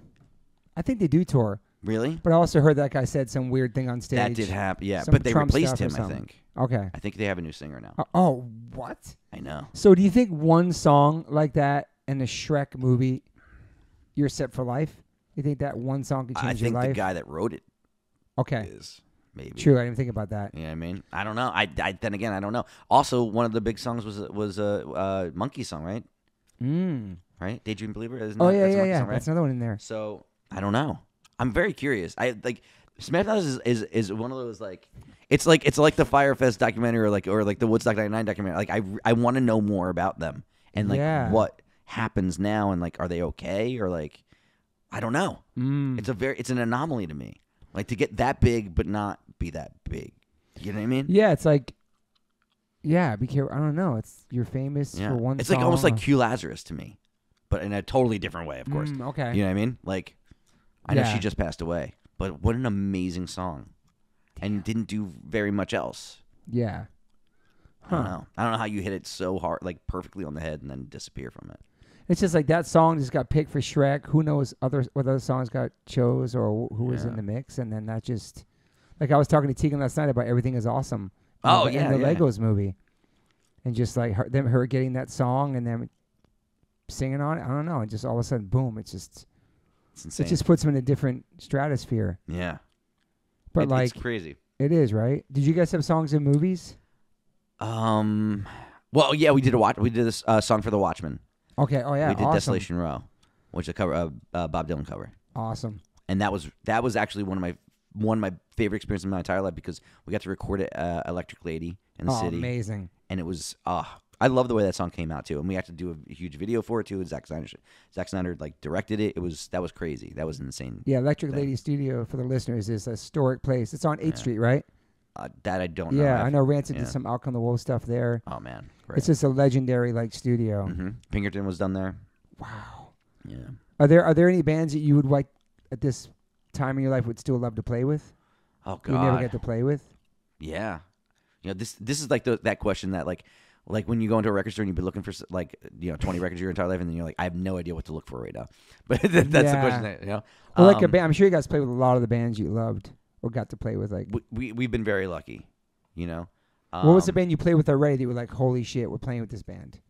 Man, on this tour? Not just in general. Just in general. I got to do a song with Kimya Dawson on this tour. That was Okay. like a fucking bucket list for me, and I Okay. love her so much. That was huge for me. So That's we got to awesome. do a multi-pizza song together on stage. That was awesome. Thursday is always like, here's the thing, like they were always like the big brother band. For us. Thursday. Yeah, growing up, and they always looked out for us. And now like when we get to play with them, now I get to play with Tucker and Tim and LS Dunes and stuff like that. That band. And over the pandemic, I actually got to play with them too. I did like a couple of live stream performances and stuff. Yeah. And like really like getting to learn their songs and play their songs with them. Like I have such a newfound like respect and appreciation for those songs because I know how it was written and what was played and shit. Yeah, like, yeah, oh yeah. my God. So that was huge. That's cool. Norman's playing with them too. Norman's, right? yeah, exactly. Texas So there you go. Reason. Texas the Reason. That would be another band. Oh God, I saw that reunion, and I remember sitting down with Norman the other day. He remembers me being at the merch table. Really? For that tour. It's fucking awesome. Yeah. I love Norman. He's such a great guy. Such a great guy. So what was like the discussions or final discussions where like, okay, we're gonna come back? Like, what inspired that? It was a barbecue. We did an MCR barbecue in 2017 just to get the kids together, and we hadn't seen each other for like 2 years, something 2 years, like that. okay. And we just kind of hung out, and that was like the first time we didn't play any music, we didn't do anything like that. We were just like, why don't we hang out anymore? Kind of, It was like kind of a thing like that. And it just took some time, And then I think maybe a year later we got the barbecue together again, and then we played some music. And it was really fun. And Just playing those songs again, and I probably have like a phone recording of it somewhere just for us. No one will ever see. Yeah. But that was like the first time we played anything, and we played like maybe 5 or 6 songs. Just jamming. And I think our wives were there, and like they would pop. It was their in New heads Jersey? in. No, it was in California at G's house. Wow. Okay. Yeah. And then were you excited? Were you nervous? Was it a weird feeling like just playing again? Or? it was nerve-wracking, like going into it, because it's like, all right, we're friendly, we're friends again, we're in each other's lives again, but like we haven't made notes, we haven't made noise together. Like that could change the dynamic. Do you want to sacrifice the good, if I mean, like what we have now? And it just ended up being the best thing in the world. So we're like, oh no, this is really awesome. We should do this. This would be really fun to do. And then this is what it's all about originally. You know what I mean? So I think like and then the 2 years of just kind of talking about and dancing around it, and then we really, I think, decided in 2019 that if we were ever going to do it, we had to do it that year, because that was the shot call. Yeah. And yeah, we did the reunion show, and then we were like, this would be fun to do again and again if we did it on our own terms, and and we've been really lucky, man, to be able to do it the way we do those it. England shows looked insane. They were unbelievable. It was like a couple nights at the same spot, right? Yeah, we did 3 nights in Milton Keynes. It was like 20,000 a night. I don't know. I think it was bigger than that, but you're being humble. But it was crazy. I don't know. Yeah, I don't know. And then the ending of My Cam originally, was it too much? Like you guys got burned, the business, just everything. I think it was a lot of moving everything. parts, everything. Yeah, Because when you get to that level too, there's all kinds of you got manager, business manager, lawyer, label. It's all kinds of. Yeah, but for us, like that never got in the way. None of that stuff. Yeah. I mean, we've always, Stacy was always like, she was always our lawyer, and then eventually became our manager, and that was okay. She's a member of the band. Okay. That's awesome to have somebody like that. It's fantastic. Somebody you really trust. She's like, a mother figure, a father figure, a friend, a bandmate. It's great. So that was just, I mean, so now you're back, and now what's next? Is it be new songs, you think? I don't know about any of that. I really don't. But you're just enjoying the ride. You're just like, yeah. I mean, it's like, it just fun playing again. It is, and I feel like, especially with like these LA shows and the way that we did it this song, like I feel like no one has bigger balls than us right now, because like I pulled out songs that like you were texting me about like some old demos that you guys like kind of finished backstage or whatever. That was the thing, man. It was like, all right, can you rip a song like a song that we did in 2001 and never released? We demoed it, but no one can find the fucking demo of. And like the only survivable recording that anyone can find is like from a sound check at the Knitting Factory in New York City. Dude. That's the only recording of it. So we had to like go back, listen to that, and then relearn what we thought was being played, and then also like, all right, well, how would we play it now? And so like the night before we played the song, which was the last show, I just rewrote parts for it that I thought would be, like, all right, this is what I think I played then. This is what I would have played now, and I think it works best. And we kind of rewrote the song the night before, and then tried to rip it with songs that we've been doing for like 6 months. And like that, like you feel like a badass when you can do that, man. Like that's amazing. That you feel like a musician. That the musicianship and the artistry, like that can't be fucked with. You guys are so tight. You guys doing sound checks every night at the Forum? Yeah. So yeah, like especially like if that's all. There's a night like, all right, so like say last night you're gonna do 3 songs that we haven't done.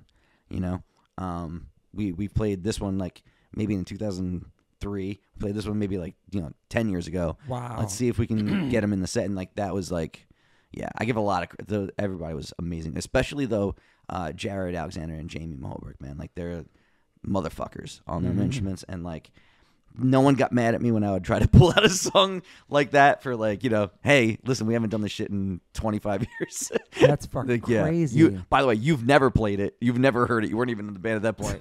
Like, can you learn this for tonight? Yeah, you're going to rip it in front of like 17,000 people. And so you guys are practicing a lot for the tour? Yeah, man. I was backstage too because I'm learning Dune songs as well. And there was a couple of double headers I did on this tour. So I was, trying to learn those songs. And then we also had like a bank of like 50 MyChem songs that we're pulling from. Wow. Dude. So right at any given moment, I got probably like 70 songs in my head. 70. Maybe, yeah. Close to that. So, dude. So this, I mean, after Black Parade, there's like you had like a 4-year gap in between that too for Danger Days. Yeah, right? yeah. But we wrote a record in between that. It was just, it didn't really get finished. It was like one of those like, we don't know what we're doing, or is that the one that came out as Conventional Weapons? Correct, yeah. Which ended up being some of my favorite recordings that we've ever done. Like some of those songs on there are, I don't know, they're some of my favorites. Yeah. Yeah. And then the Greatest Hits came out. Mm-hmm. And then the newest song just came out, 2022, The Foundations of Decay. Yeah. 6-minute long song. Yeah. Which pretty is sick. If you think about it, the first song we ever put out was Vampires Will Never Hurt You. Yep. And I mean, the first song that like was recorded in a studio, not just like in an attic somewhere. And that's a 6-minute song. Okay. And so we like the last song is a 6-minute song, so it's like kind of mirrors. So just this one song out for now.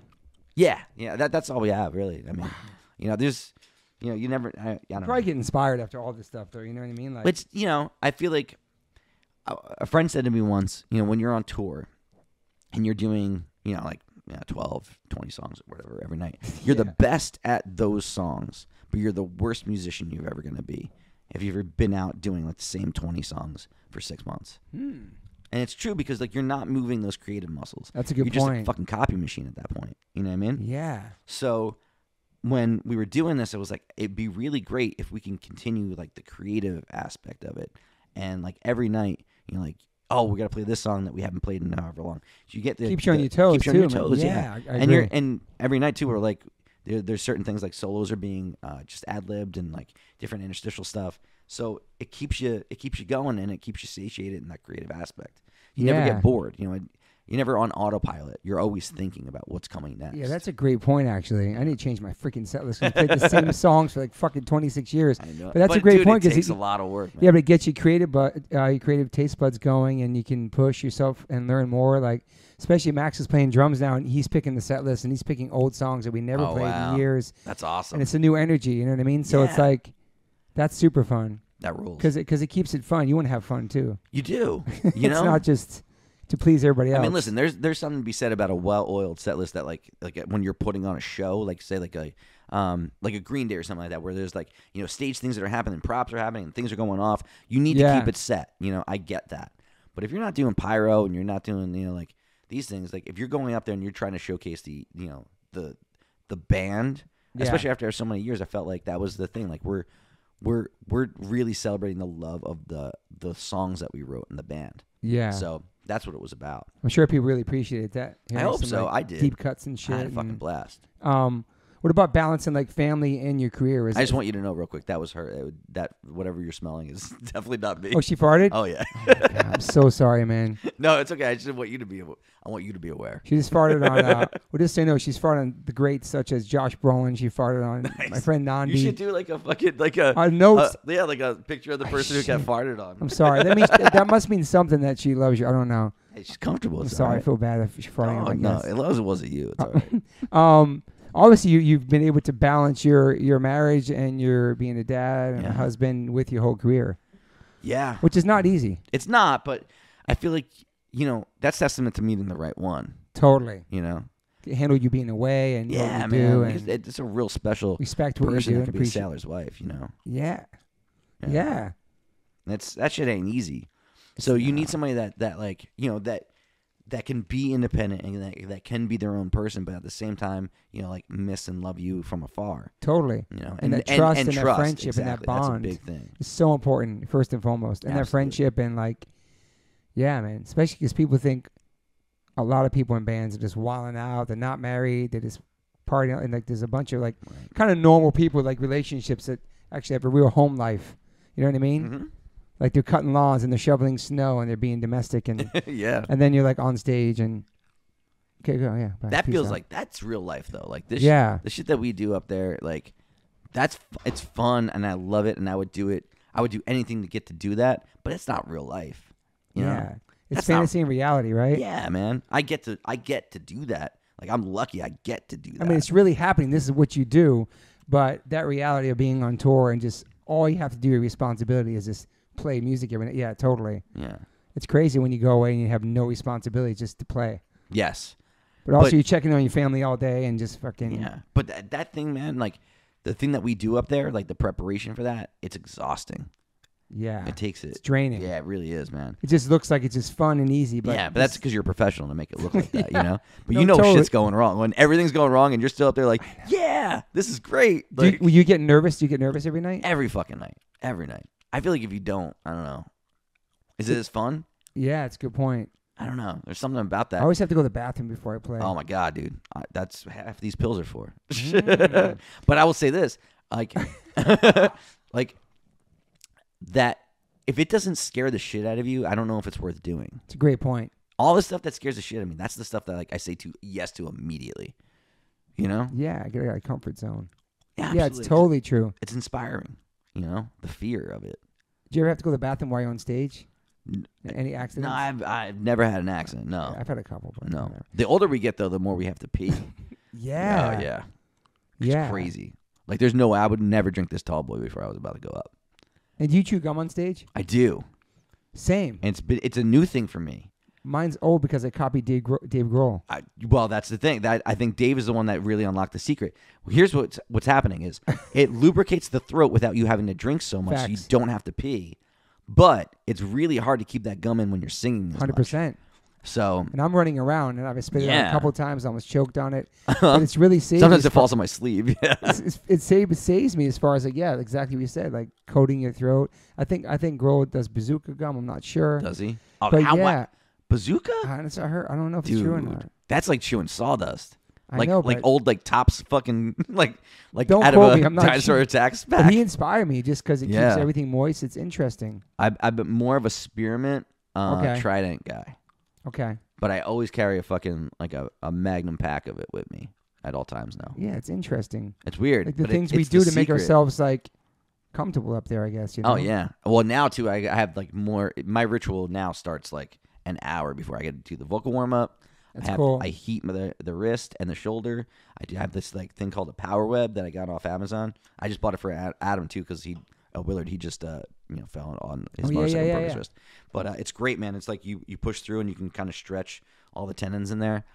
So I have that. I'll say this: the more I tour and I can get a really good scream without damaging, but I'm not using breath. Yes. Like a that kind of thing. That feels like it hurts my throat more than actually screaming it out. But I can get to a point where, even though I sound super froggy right now, I can get to a point where I can do a pretty good almost like a break up black metal-y scream without damaging anything, and I can do it go from that to a sing to a back and forth pretty good. Jamie Jost is more there's some people just scream and go back. Maybe Jesse from Stick to Your Guns where they do the scream and the sing. That's incredible to me. And you don't really talk on the mic, huh? No, not really. really. Say anything really? I mean, well, every once in a while, but I feel like then it turns into a stand-up thing, and it's you're talking over each other, and it gets weird. Especially in an arena, there's that slap back, and you have to wait for somebody else to talk. If you haven't planned it out, it doesn't go great. Yeah. So I'll just talk to him on. I'll just yell in his ear.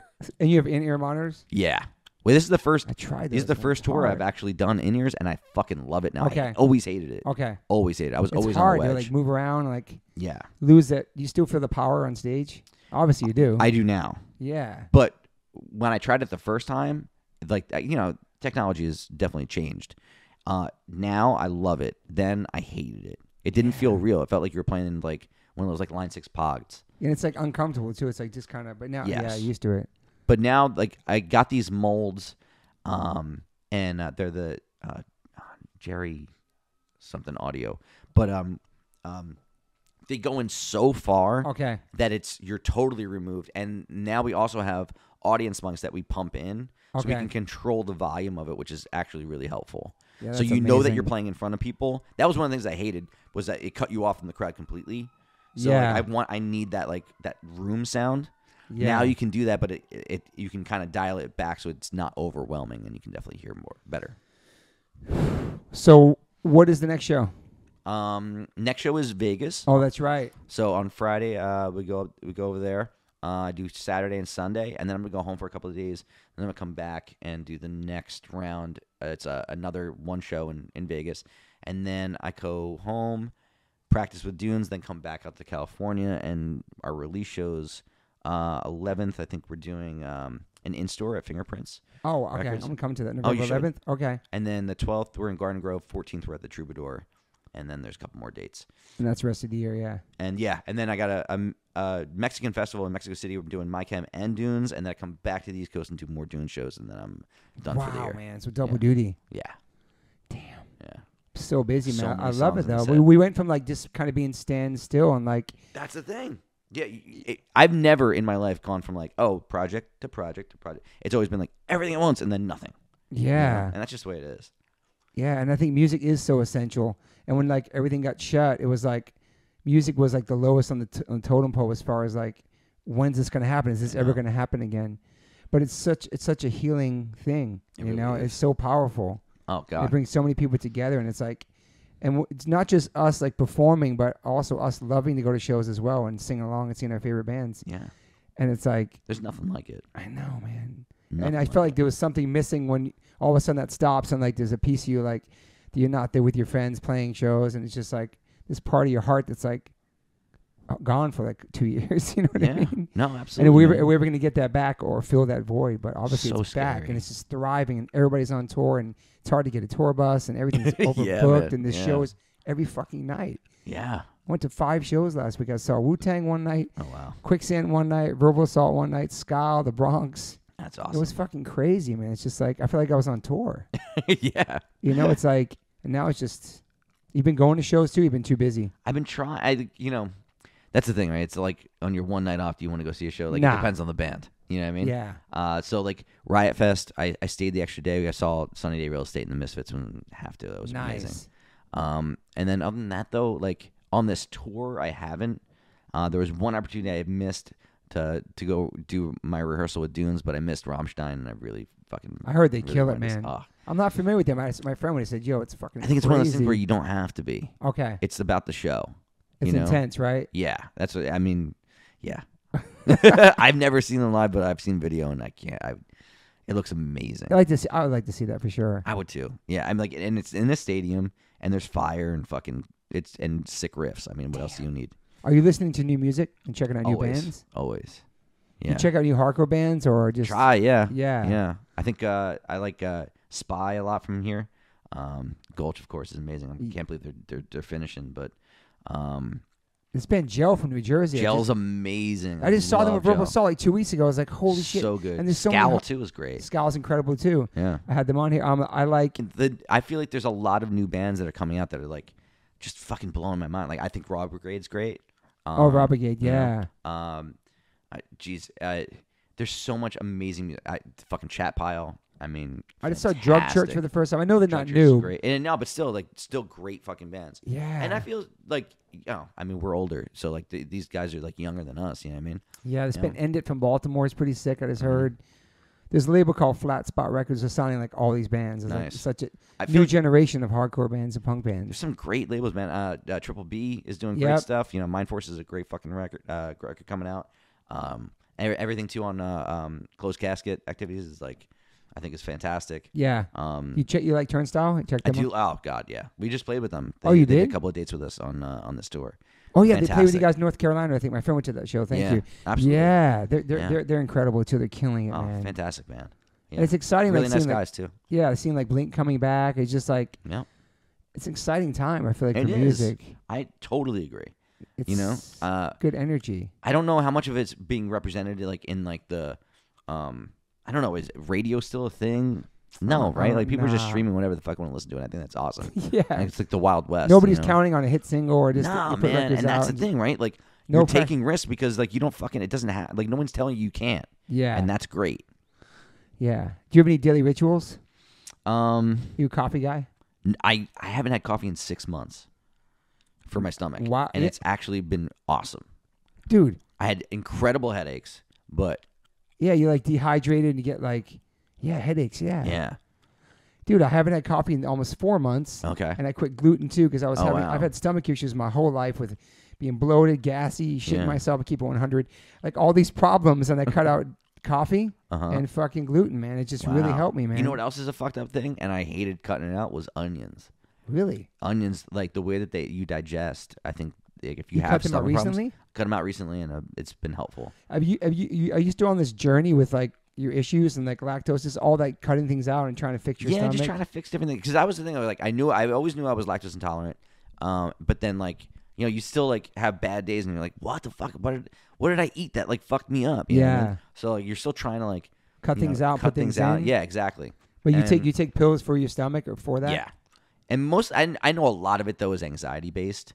I get in Such my a own big head. thing, dude. You know, the brain is like, fuck, man. It's such a mystery and It such is. a powerful, like the most powerful, I guess organ and muscle that we have. Like it's fucking crazy what we can do to ourselves. Yeah. If we let it. You know, so that's a big deal. I think getting myself into a calm state. Meditation has been helpful. But also like You meditate every day? I try to definitely on show days. What kind of meditation? Just like I have an app that Okay. helps me like guide it through. I would love to get into like TD, but like I don't know. I wife have to does find that. the right. Yeah, really. Yeah. Everyone I've talked to that does it like swears by it. Yeah. She just block me out whenever she wants and just go into her zone. But like, yeah, I'd love to try meditation too or yoga. You do yoga? I don't. Okay. I'm yeah. very unflexible. I wish I Okay. could. I've never sweated more than when I have done yoga. Same. I did it It's- one time. Yeah. Oh my god, dude. I did It's the hot crazy. yoga. It was brutal. Oh, that's you jumped in the fire. Yeah, I'm never doing that shit again. So yoga. What about like? I would like to be able to touch my toes. That'd be nice. Mm, Yeah. Do you touch your toes? yeah. Yeah. I think I can, but I think I think I have to bend my knees too much, and then I think like I'm cheating. Do you So you don't do any caffeine really? I love soda. Okay. I do. Same as my wife. What do you drink? Coke is my favorite. That's hers too. Oh my god. But hers is fucking Diet Coke, bro. I It's- love Diet Coke. Love She Diet quit Coke. for 8 months last year. I did a post about so proud. Everybody was so Uh-huh. proud, and then Oh no, we always go back. it's so cute. Like one day, I'm gonna put my wife on blast. One day, I saw a big goat outside by our trash cans, and I was like, "This motherfucker." And then I saw my wife. She goes, "I'm back on. I'm just doing once a week." I'm like, "Cool, whatever. I'm not judging, whatever." And now she's I'm full totally time judging. Again. Now she's full time again. Well, here's the thing, man. It's The hard, the dude. fountain version too is just That's so all goddamn she gets good. with the ice at 7-Eleven. That's so fucking good. And she knows every 7-Eleven in Los Angeles. They know her there. Uh-huh. And we have a ton. I'm washing big goat cups in the fucking sink with regular dishes. On our 10-year wedding anniversary, Rusty made her a custom big goat with 10 diamonds Wow. on it. She still wears it, so I'm That enabling fucking her. rules. But like, it's just her one thing. She Yo, doesn't do DCs are anything else. classy, man. DCs are classy. I like it. I like a good DC, but I will say this: In a bottle, yeah. full flavor. At the end of the day, a cold ass full flavor Coke. God damn. In the bottle in Europe too, with real sugar. Oh, you can you get mean, them here too. Yeah. You like a Mexico? Yeah. Fuck. Oh, yo. So you're Coca-Cola every day? Oh my god. I love Is it mostly diet? mostly diet? And that's a Yeah. good caffeine in that. Yeah, well, Supposedly. I don't yeah. know. Well, here's the thing. I used to like Diet Pepsi, but they took the aspartame out, and it tastes like shit. And that's what this shit is bad for us. I know. Well, fuck it. So Yeah, but you live in LA. You know what you're breathing in. I know that's true. Yo, so Let her diet. have a Coke. God damn it. I know. In Europe, I have a Coke. That's like my treat. Like I'm Oh, on yeah. vacation, I have like a Diet Coke or a Coke Zero, Coke Zeros Coke are good, Light, yeah. whatever in a bottle. I like them in the I think bottle. G lives on zeros. He calls them Zeds. Okay. Like all day long. He's gonna get a kidney stone. I don't want to wish it on him, but I think I'm scared for him. That's I'm waiting There's for sugar mine. in those? Oh yes, there is. Yeah, in the zeros. In the zeros? I don't think so. I think that's no sugar, right? Yeah. There's Non-cigar. something about a Coca-Cola though, man. So Fuck. fucking good. Is So is good. that like your main thing? That's my fix. Yeah. If I could, Coke and a cigarette would that would be it. But I haven't smoked in like years and years. Years and years. Yeah. That was your thing, smoking most of your I life. love smoking. Love it. My What'd you favorite. smoke? Marlboros? No. Yeah, they're like Marlboro Ultralights. Yeah. Didn't even Since you matter. were a kid, kind of since teenager late Yeah, years? well, my mom was a smoker, so I would steal from her. My mom smoked too. And that's how I got into it. And then and then I mean that was the thing. Like you would go on tour and be like, all right, I got $7 for the day, right? Or like $5 for the day. Like what do I do? Cigarettes or I eat? And you just get cigarettes. Damn. You know? So cigarettes and Coke. Cigarettes and Coke. Were you a man. big drinker? No, never. No, I Really? like weed, but I never, never like I could. Here's the thing, like I think I have a lot of alcoholism in my family, so like if I drink, I'm drinking like I'm going for it, and so like I don't really like to drink because the next day I feel like shit and I can't fucking handle it. So you're just like a weed guy, weed and Coca-Cola. Yeah.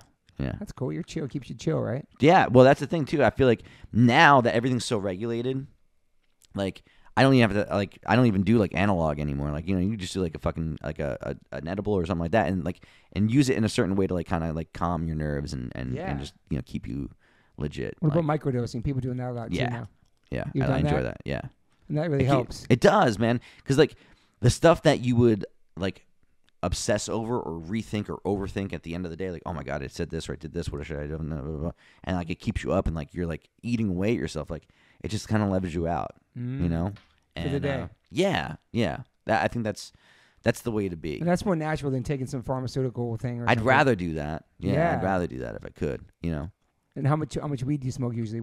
Not a lot. I mean, more edibles and Yeah, 10 milligrams and I'm okay. I don't need to. I'm not trying to get stoned. Yeah. You know what I mean? Like. But do you miss smoking cigarettes at all? No? Oh my god! Every second of every day. My mom does too. She quit like fucking 20 years ago. It's the hardest thing in the world to walk away from. She would still see one, like she still want. I go, do you miss it? She's like, yeah, absolutely. Yes. Why do you have one? Are you holding? No, but she smoked. My mom smoked for like 50 years, bro, and then she quit. Virginia it becomes Slims. such a part of you. Here's the thing. It's that. It's the 5 minutes. Like, my Uber's coming. I got 5 minutes. I'm gonna smoke a cigarette. We gotta do this thing. I just have a cigarette real quick before this. Like that before stage. I'm gonna have a cigarette. Encore, come off the stage. All right, have a cigarette and then go back out. Yeah, like that shit. Like, did you ever smoke on stage? I used to, yeah. Wow. Like a fucking scumbag. But they don't let you do that shit. And then people smoke when they drink too. That's part of the thing too. Yeah. Like I only smoke when I drink. That's something people do, and they're being social. But I'm drunk right now. Yeah. But you know what I mean? That goes. I know. Yeah. It's crazy. Well, that's the thing. I think also too, it helps people that with social anxiety because if you're drinking, you're in a bar, it gives you an excuse to leave and reset. And only be in a smaller group of people. Yeah. And that was always a big thing for me too. Like I'm getting overwhelmed. I need to leave. What can I do? And not say like, I just don't want to I don't want to talk to you anymore. It's really what you're saying, Like at least if I can get into a different environment, I will feel safer and like, like the fresh air will kind of wash over me and I can smoke this cigarette and I can like think about what I'm doing first. You feel better that you don't smoke cigarettes probably? You feel a difference? Probably lungs? Yeah, definitely. And vaping, I think, is awful. I think that hurts. I heard more that's gnarly. I did that for a little bit when I did vaping a little bit like when we were doing the 2019 show. I started to get really nervous, and I was like, all right, well, I'm gonna vape because I don't want to smoke. And I ended up getting like chest pains. Oh wow. Yeah, I hated it. Yeah, that's gnarly. I don't even know what's in that. So shit. I stopped that shit. Yeah, I don't know. But yeah, I wouldn't do that anymore. Do you have any major regrets in your life? Yeah, I mean, I think that whole like it looks great on a T-shirt, like no regrets. But I feel like if you don't have regrets, like, did you really live life? True. You know what I mean? Like the decisions I made when I was 17 or 20 or 30, I don't know if I would make the same decisions now. I love where I am, and I wouldn't change a fucking thing because I love this. Yeah. And my family and everything that I'm doing right now, but. Yeah, I mean, there's certain things like we're like, why did I do that, or why did I treat this person that way, or why, yeah. But I think that's just human being. That's life, right? You know, yeah. Are you an optimist or pessimist? I think I'm a realist. Okay, that's what my wife says she is too as well. Yeah, and unfortunately, the reality sucks sometimes. Totally. Especially now the world's crazy in this crazy world insane. Right now. Yeah. But I will say this too. I think it's hard. There's a fine line. Especially in like the East Coast, like Italian mindset of like boasting and being fucking full of yourself and that fine line being confident and being and knowing reality of things, like knowing that there's pitfalls. So like there was always that, like trying to ride that line because you get put in your place real quick when you come home You know what I mean? Yeah. From tour and stuff like that. Were your Like parents strict? they split up when I was 3, divorced when I was 7. Okay. Strict about certain things and not strict about other things. Yeah. Yeah, it was.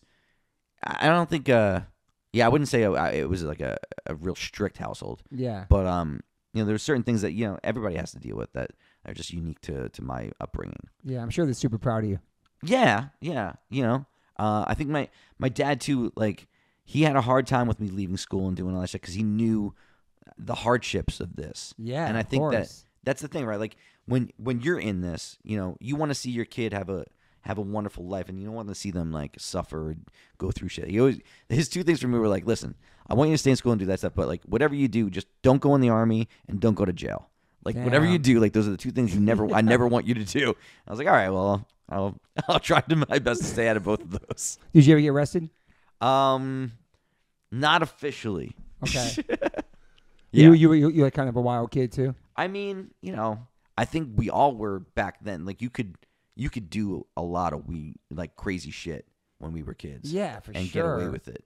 Yeah. Totally. The things that I did when I was like my kid's age, fuck. I can't. Like if they were to do half the shit that I did. You were out in the streets hanging. Yeah, man. Yeah. Like we were just never home, and there was nobody around to like tell us no. Like, There's something amazing about that freedom and just being out like that, and you grow up real quick.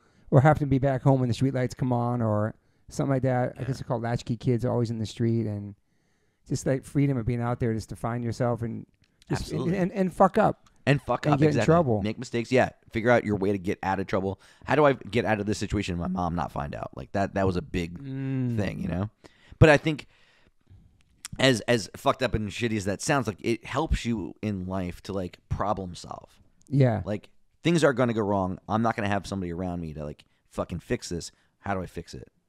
Especially when you're out on the road, like touring. I toured at 17. Like that was my first tour. Like, you have no money. You don't have a cell phone. No, man. You have a fucking atlas. And Can you trying to imagine figure it your out. kids going on tour now at 17? No. Same with my sons. It kind of trips me out. I'm like, that was so Crazy. young. Yeah. Yeah. Just to be out there in the world. Yes. I'd be scared. But I wish I had like the technology that they have now. I think it does make it a little bit easier. Not that I'm bitter about that, but I feel like you know what I mean. But like we knew like what it was like to like get to a fucking payphone to call a venue to MapQuest, be like, are you all gonna that be shit. there? Yeah. Yeah. When we show up, like that shit was real. Yeah.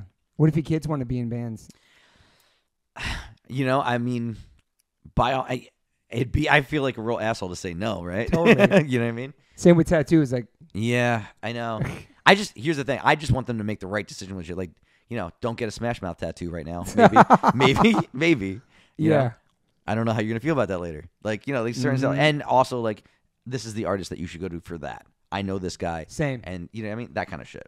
Yeah, I had Max write to Dan Smith for his first tattoo when he turned 18. Nice. Like, we have so many mutual friends, amazing tattoo Dan's artists. great, like, dude. he wanted to get a hand poked one in high school. I'm like, no, because that's like a trend. That Pinterest stuff. It's just like, but just getting something tattoos. that turns into a bunch of butterflies or something.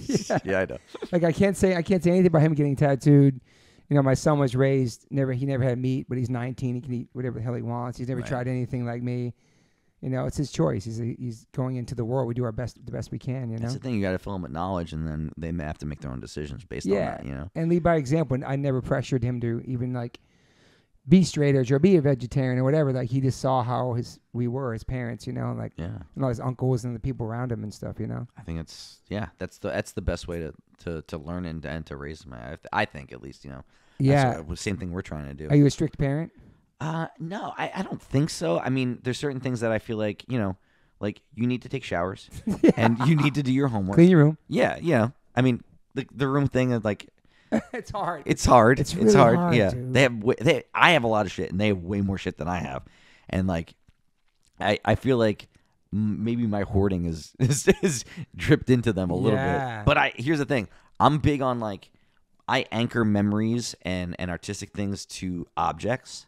Yeah. So like, I collect things such as everything. Really. Toys, records, T-shirts. Yes. Flyer stickers. Ticket stubs. Fucking bracelets. Damn. Of like wow, everything. I have dope. everything. I try to collect everything. That's sick. It is until like you realize, oh man, like you need place for this. You have original My Chem shirts? Oh yeah. Wow. Yeah. I had a lot more, and at one point I put in Tupperwares and mailed it to like we had a manager at the time. They're gonna put together like a book of stuff, Cool. and a photograph, and something happened and they lost stuff, and some stuff ended up on eBay, and that really killed me. Damn. I was on tour once in Australia, and these kids came to like, we had like I'd done an in-store or something and a signing, and they brought like all my laminates for like 10 years worth, like on this giant key ring that I had, and they're like, "Are these real? We bought these on eBay for like $1,500." I was like, "Are you fucking kidding me?" Oh my god, dude! They were lost I'll buy forever. it for you right now. I know. I should have, but I Damn. felt bad about it. Yeah, I sold my laminates too a long time. I should have never done that. Yeah. Some old school ones, man, too. It sucks. I know. I just feel sometimes it's like cleaning out that other people get, and they might appreciate it more. I don't know. I get that because I lived it. Yeah. You know what I mean? Like I'm getting to that point where I actually go of was some thinking things. about doing that. Yeah. Like there's some like stuff Auction that like them or maybe whatever. only only I care about, like like stage outfits that I wore. Like I remember the show that I wore, like when I had this, like shit like that, stuff from videos. I have everything.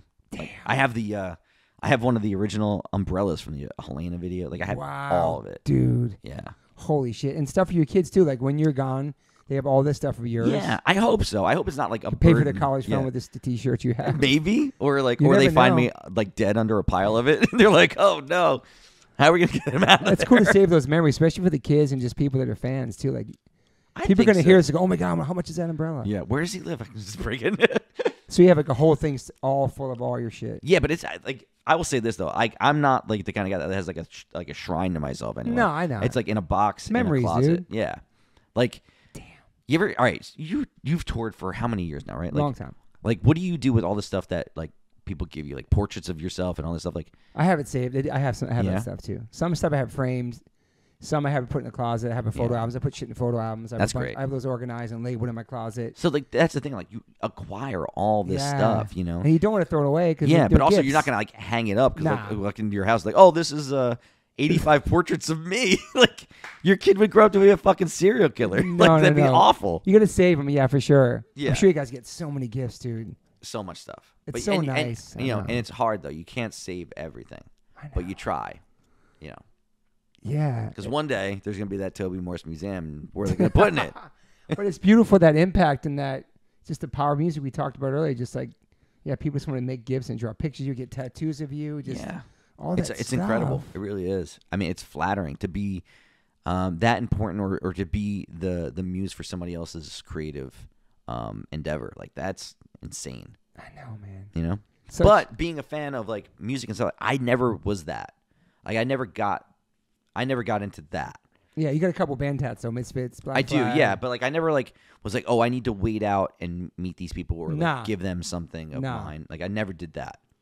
It's a different generation, I think, different from Yeah. how we grew up and the music we get into first, and like how you could actually just go over, like you said, this guy's playing a show, and there he is selling his T-shirts after, can Right. say what's up to him. It wasn't like how my chems, you guys are in a different dimension of that, where it's like it is bigger places, it is, you guys are, you know what I mean? Yeah, but that You're not untouchable either. You're a fucking very humble, down-to-earth person from New Jersey. You're a normal ass fucking dad, and you're in this band. right. And you come from the roots of like DIY, and we're all connected. It's a community. You but know? it evolves and changes out of necessity because like I Yeah. can't sell the T-shirts anymore. Like, it would literally be impossible. You know what I mean? Like, I know. Do you people get recognize you in your town? sometimes, but very rare. I feel like it's more like, if you're at a show or if you're at like in the place of the thing where the person would imagine that you would be. Yeah, You not know the what I mean? grocery store or shit like Nah, that. like, if I get recognized at a Target, it's like it's very far and few between. You know what I mean?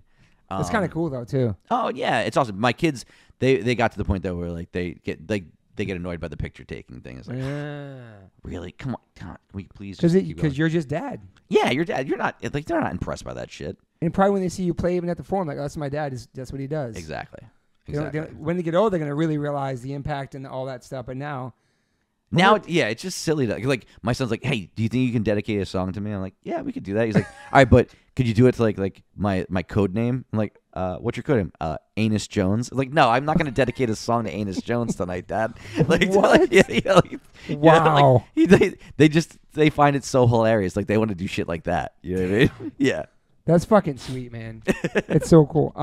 You're a sneakerhead too. I am. Yeah, You're a Nike guy. I am a Nike guy and Adidas. Like Dunks, I'm wearing Jordans. these Dunks right now. Yeah, You work Jordans too, yeah. I like Jordans a lot. Yeah, Jordan 1s? Jordan 1s are my favorite. Me too, man. They're so good. But I would go 1, 4, 3 Okay. are my favorites. I like the Jordan. 5s are a little too chunky for me to wear. The But 5s, I yeah. just recently got a pair of low 5s that I think are kind of cool. Did you get the 4? I think they were the 4s. They were the Supreme camouflage ones. I didn't. I had those and I sold them. I wish I kept them. They're I fucking do have a amazing, pair bro. of camo SBs. Okay. And I remember those too. lows. Yeah. And I think I'm gonna get rid of them because they're too tight on me. Damn. I had the I saw them on StockX just the other day for like Oh, you did? $5,600. I was like, what the? Oh, so you have fuck? you have a bunch. I got You yeah. have like unworn ones in the box. I do. Yeah. Damn. I know. So you've been into sneakers for a long time? Oh wow. I think also too, the older you get, like the more into comfort on your feet. 100%. Because the Jordan thing. 1s are sick, but they're not the most comfortable. They're not to the walk most around with all comfortable. day. That's true. Even Dunks. Right, but I also feel like my feet are getting bigger the older I Mm. got. Like now I'm a 9.5. I was a 9. Weird. It's weird, right? They're expanding. Who knows? I'm I don't jumping know. around all these years. Who Maybe. knows?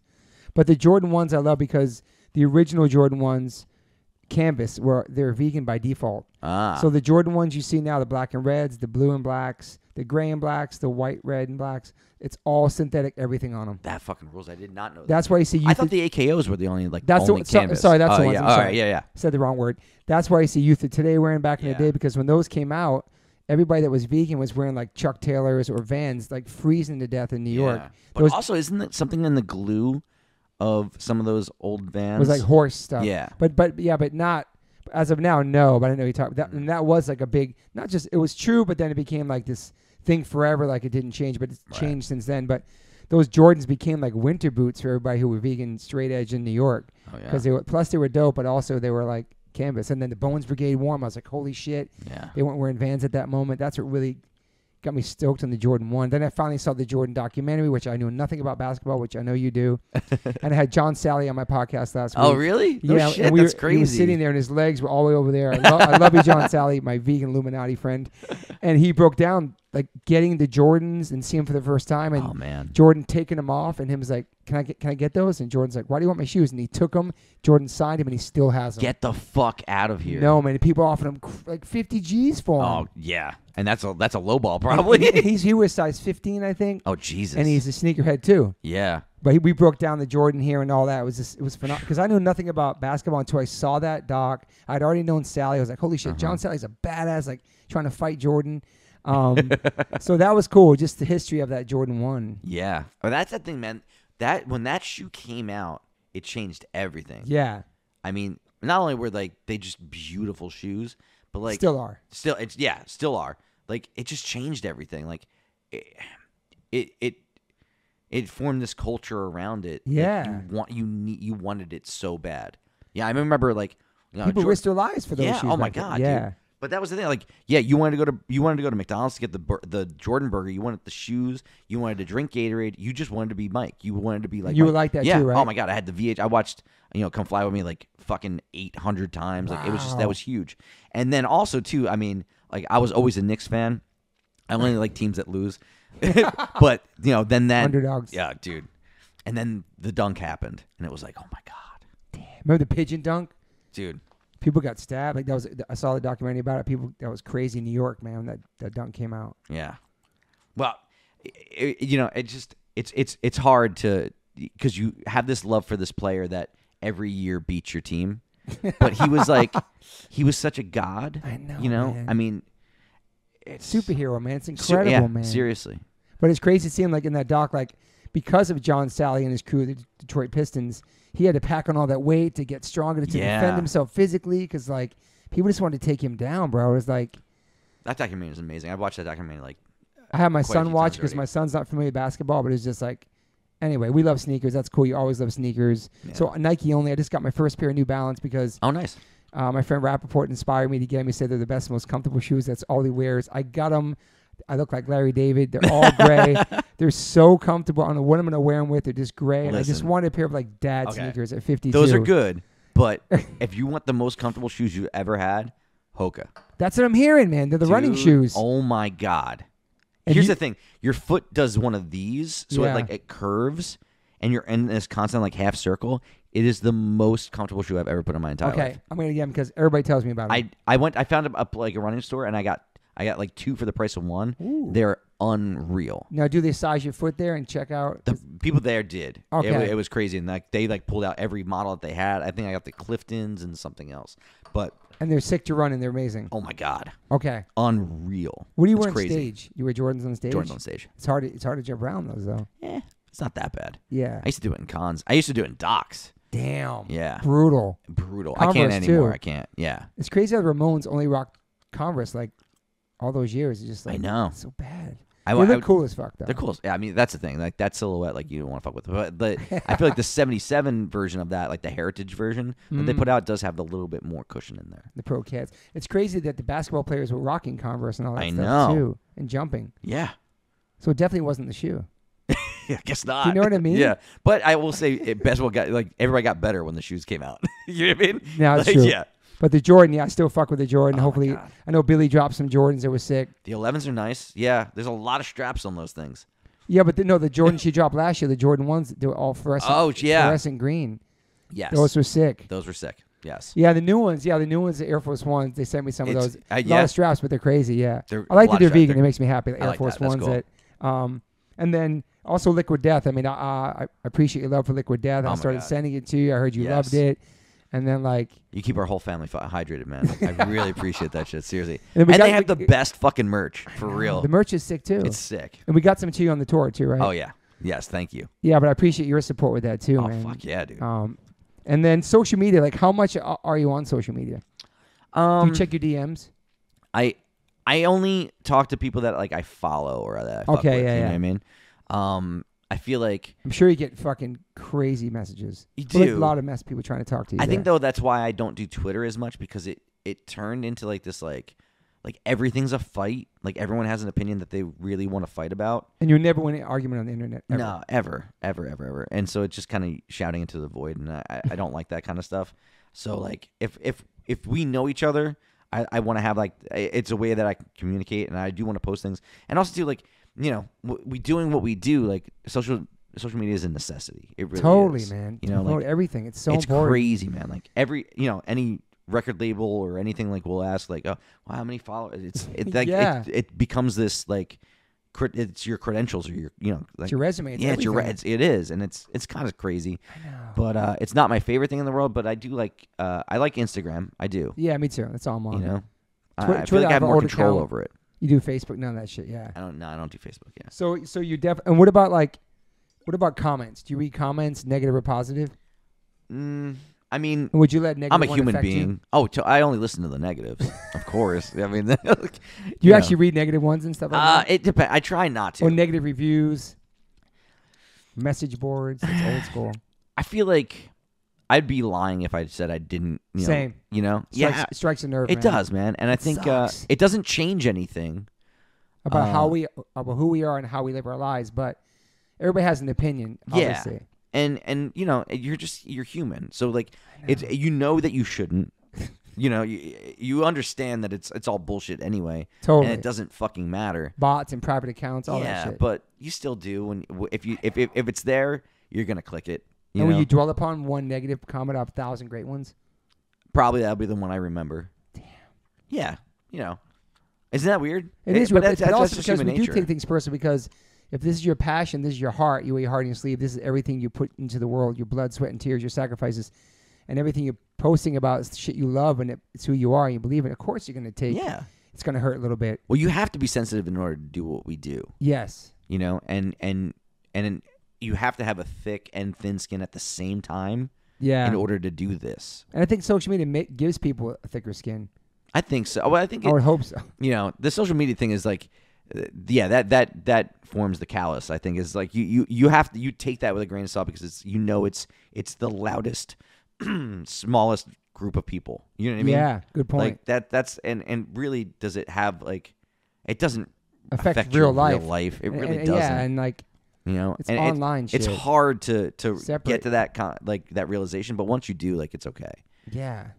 Like That's why I love this, having conversations face to face. We're not Oh, on our yeah. phones, we're just talking. It's so important, man, that human connection, I agree. which has been lost. And I feel like before the pandemic, that's what people talked about. Everybody's on their phones. Nobody's checking in with each other. Mhm. You see a photo there somewhere. Looks like they're okay, but maybe they're not okay. Maybe it's just a photo. But then I feel like the social media during the pandemic, everybody was sitting still. I feel like it did have a positive effect on as far as connecting people, see how they're doing in different countries, Oh yeah. how the COVID's affecting different people. It was almost, that felt kind of positive. Besides all the fucking crazy politics every Oh day my being God, hammered I in our know. heads. The thing that It's I draining, bro. get worried about or scared about is that, like, you know, like you see all these things in your feed, but you don't really know what's real and what's being, you know, like manipulated for your Totally. attention. And that's why, like, what I really dislike about social media is that the whole thing where you have to have an opinion like 5 seconds into an event that happened where if you don't know then you anything don't care, about. Yeah. And your silence is violence. And if you don't do this right thing or this right post, Yeah. And then and next you're week damned if you do. when you do find out what happened, your opinion was wrong, and then how could you do that? You know, it's like I know, you'll never win. You'll never do the never right win. thing. And I'd like to be educated on something before I speak on it, if it's 100%. possible. You know? So It's so that true, stuff's man. fucked up. like something's happening right now in the world. What's your opinion? Say something. Speak Yeah. for this. Speak for that. I get DMs tagging me. Do this. Post this. Post that. I don't even know what it is. I'm not going to do that. Like Exactly. you want to learn about it first. Yeah. But then like then you don't care if you don't, Exactly. and that sucks. It does. You know, it's a lot of Because pressure. what if we're not political? What if we're not this and that? What if we're just us and we don't? I don't know. It's Mhm. hard, man. It And is. cancel culture and just everything like that. There's so much Everybody's out walking for on everybody. eggshells. Exactly. just to be yourself and express yourself. Yeah, and on your And is you that know, okay? Yeah, You know what I mean? Like, listen, I'm a dad, and I write songs. Like that's where I'm know. at. Like I don't know what happened on your block. You know, just now. Like Yeah, I'm or not. in your country. Yeah, I'm not or there. anything. I would love to learn more if you can give me a reputable source. Yeah. But you know, if you're gonna ask my opinion right now, I gotta have no comment. It's hard to navigate. Yeah. It really is, man. It's fucking And that goes back to us, you know, the ability to make a mistake. yes, to be human. Yeah. Is there some music you listen to that people would be shocked that you listen to? Something not a No. guilty pleasure because I'm not. Yeah. I'm straight up love Coldplay. I ain't guilty of any of that shit. I love what I love, and I always talk about it. But something people would be surprised you like. Are you a big hip hop head? I do like hip hop. You know, I like certain artists. I mean, I like everything. Yeah. Really. It's my taste is extremely varied. I love that. It's So I don't important. know if anybody would be like surprised Yeah. and I don't believe in the guilty pleasure thing either. Me either, man. Like if I like it, I like it, and I don't 100%, care man. that people don't. I like Drake. I'm not scared to say it. No, I think Drake's great. I like Yeah. Drake. I'm trying to think some other people think they'd be surprised. I like. I don't know. Definitely Drake. Definitely people know Coldplay. I love you too. Yeah. Incredible. There's definitely certain artists where like I don't understand, and What, you know like I don't understand how yeah, like how they've gotten so massive, or like a Mm. lot, like everybody loves this thing. I'm like, really, I don't get it, you know. But I've gotten to the point where I'm old enough to understand, like just because I don't like it or I don't get it, it doesn't suck. It's just not made for me, 100%. you know, and that's fine. That's 100%. It's You not know? made for my generation or my age group Yeah, or it's just like that shit wasn't made for me. yeah, and things that's okay. change and they there's new generation style. Some of the stuff my son brings home, some of the mumble rap, I'm like, I don't fuck with this. But also Yeah. my son listens to Tribe and De La and Nas and Wu-Tang. Yeah. He listens to all the stuff I grew up on, which is great. But he also finds his own music and brings it home. And some of the stuff's catchy and cool. Right. Little Yachty, there's some stuff he's played for me that I like. Yeah. Do your kids play music for you that turn you on to music? Yeah, it's funny. Like my kids have like everyone in the house is a huge Beatles fan. Like that's Awesome. straight up. That's it. And it's like I don't Universal. trust people that aren't. Okay. like if you have a problem with the Beatles, then like I know that you're already positioning to say something fucking really dumb, and I know we're not gonna hang out. So like that's a must. But like the fact that like they know who Tom Petty is and they can pick out a song Ooh. and stuff like that. Like my son one time like walked up to a lady in the store. And he was like, she looks like Tom Petty, which I thought was really funny. But Love Tom Petty. love Tom Petty. But my girls are more like getting into pop music. Olivia Rodrigo, I think Yes. they like that record. Yep. My one daughter Cherry, she loves Adele. That's her favorite I love artist Adele, of all too. time. I Fantastic have a Adele talent. tattoo. Love her. What is it? Her face? You know Mike Judge, the band Yes. Judge? Yeah. Mike Judge tattooed Adele on me. He Nice. just wrote her name on me. I just love her music. It makes me feel. she's I've seen fantastic. her a million times. She's fucking. I love her, dude. I've never seen her. I really would love to go. It's incredible, man. Yeah. I mean, yeah, unbelievable voice. So that's that. My other daughter, her favorite band of all time is Weezer. Sick. Great Sick. band. Love that band. We actually just got to see them at a festival, Awesome. and that was great. Oh, I saw you posted that. That's right. Yeah, and then my son, he loves Maiden and Imagine Dragons and Smash Mouth. So it's a very varied playlist. When Is we it get in the the car. Smash Mouth Shrek song only? Pretty much. Okay. Yeah, That's what Max, that's what yeah, Max yeah. loved growing Yeah. up. The same one Yeah. song. I don't think he knows that there's any other songs. Damn. It's fucking awesome, man. Yeah. I know. We're close. We're running the shop right now. I'm gonna check all my notes. Make sure I got all my stuff for Frankie. So we got LS Dunes coming out Yes. November 11th. Yeah. And the UK 11, tour 11. is 2023. And then you already said the shows you have coming up, and there's also FrankieIero.com. People can find your stuff there, and Frankie Must Die on social media. Trying to make sure I covered all my stuff with you, my friend. No, you got a lot of sheets over there. This has been great, man. I'm so happy to have you here. Like, Oh, we've it's been a talking pleasure, about man. this for a couple years. I know COVID came, all that stuff, man. Yeah. And I'm psyched to have my kitchen under. You're a busy man. Oh, it's my pleasure. My pleasure. This is, I'm excited. It's excited to see what happens next for my cam, if there's new music or anything.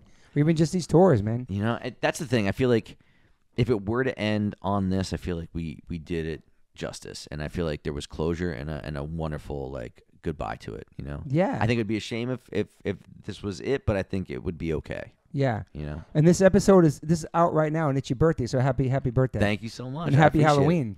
Yes. So you're 41 today. 41. Yeah. And you were born on Halloween, which is fucking. Is Halloween your favorite night. holiday too? It is my favorite holiday. Did Halloween affect your presents for your birthday, or was it a beautiful No. celebration? It was always the raddest because like I would get presents and I could go out and just fuck around all night and get candy. Like, it Yeah. was the greatest. And you love Halloween? That's my favorite. Okay. Yeah. So you go hard on Halloween still, Try. and your kids love Halloween They do. Yeah. because it's their dad's birthday. They got to go hard for their They dad. do. And yeah, I will say this: like jerseys can be sketchy at times, and it's like. You know, sometimes we've had a cancellation of Halloween because like, oh, there's a storm or like blah blah. Yeah. So, but knock on for Micah, like you know, I think this year's gonna be good, man. It's on a Monday, which Yeah, it is but, weird. Yeah, I always but- thought kids shouldn't have school the next day. I agree. I agree. It's a hard waking up, even for adults. The next the That's candy hangover and the right. Halloween Yeah. thing. I think it should be more of a holiday. I don't like when they try to encroach the Christmas on it. That pisses me off. It's pretty amazing. You're only 41. All the stuff you've done in your life, though, it's pretty inspiring, man. Oh, Like thank you, man. like your journey, and your career, and where you're at. You know what I mean? Like I feel very fortunate. I feel like I've gotten to do everything that I've wanted to do and Yeah. things I've set out to do. And I mean, you're in a good place in your life, yeah, man. Like it's pretty damn good. and you're super talented and creative, and you're working on all kinds of things, That's and kinda you you stay, you stay like doing stuff that makes you happy. It's so Yeah. important. And like I said, it's not one of those things where it's like you do it just because you want to. You do it because you have to. You know, it's like it becomes such a part of your DNA. Yeah. It's just what you do. Yeah. You know, I don't know any other way. Yeah. Well, I'm stoked for your future and see what's next. You know. Thank you, Toby. I appreciate it, man. And thanks for being here. And thanks for listening, everybody. And you can catch Mike Cam on the road. A couple more shows this year. You can look at their website, right? Yeah. Find all your shit. That's true. And we're going to hang soon. Get some sneakers next time. Fuck yeah, I'm down. I'm I gotta down. find a place to get That's gonna be a Jordans. good I hack. really picked up Jordans in a while. Yeah. You have sneaker spots in L.A.? You know, the resale thing it's rough, man. Oh, yeah. It's resale Goat and Grails. Yeah. My son still sells stuff on there. Whenever I go into a store and I see they're all wrapped in plastic, I go, oh, shit. Oh, yeah, it's gonna Fight be Club. It's going to be a fuck one. I Yo, I'm know, gonna it's get so fucked here. expensive, man. It's crazy. You should be in that Complex show. I'm put it out there. That Complex show where they take different artists and they take them shopping. Yeah, I love watching those. I'm going to put that in the atmosphere right now. Put it You into should the be on there. universe. I just saw Mike Tyson was on there. Fuck. Like all kinds of people go on there. That's the thing. That'd be sick because I think people be stoked to even know you love sneakers and see you buying sneakers. Oh, I would, yes, that's a show I would do. Okay, we're going to make it happen. All right, deal. All right, thank you, brother. My pleasure. Bye. What would be like top 5 inspirations for you? It could be like a author, a writer, or a musician. Oh, or okay. family member. Well, all right. So top number one spot is going to be my dad and my grandfather because they Awesome. were musicians I looked up to, and I get to watch them play and then like go to like the diner afterwards and like get to, like hang out with these jazz cats, and it was like, The Diner's so New Jersey. Surprise. I don't know why totally. I'm thinking that. but that's the thing. It felt like this secret society that I wanted to be a part of. You know. yeah. So all right. So that's number one spot. 2, I get to share a stage with Ray Toro and G, who I mean, just as far as like artistry, like Ray Toro is I think one of the greatest musicians I've ever seen, greatest guitar player I've ever played with. Ripper. unbelievable, and just like so giving with their like their knowledge and just amazing people to be around. I love how the crowd goes crazy for him when he's doing the leads. Oh and my stuff. god, It's dude, like, he's unfucking believable. cool. I've never seen anybody play like him. So those are like the ones that I'm close with. yeah. Richie Havens was a singer-songwriter that my dad took me to go see when I was young, and he was a giant inspiration of why I wanted to play guitar and why I wanted to play guitar the way I played. And then as far as like, other, I guess like authors and stuff like that, Kurt Vonnegut was a huge thing for me, as well as Stephen King. Stephen King, yeah. My favorite authors. What about groups? Groups? I know one you're going to say. Oh, yeah? Let's see. Well, the Beatles, let's see, Beatles, Nirvana, Wu-Tang. Nice. They were like my top artists growing Wow. up. That was That's it. a great mix. That was it.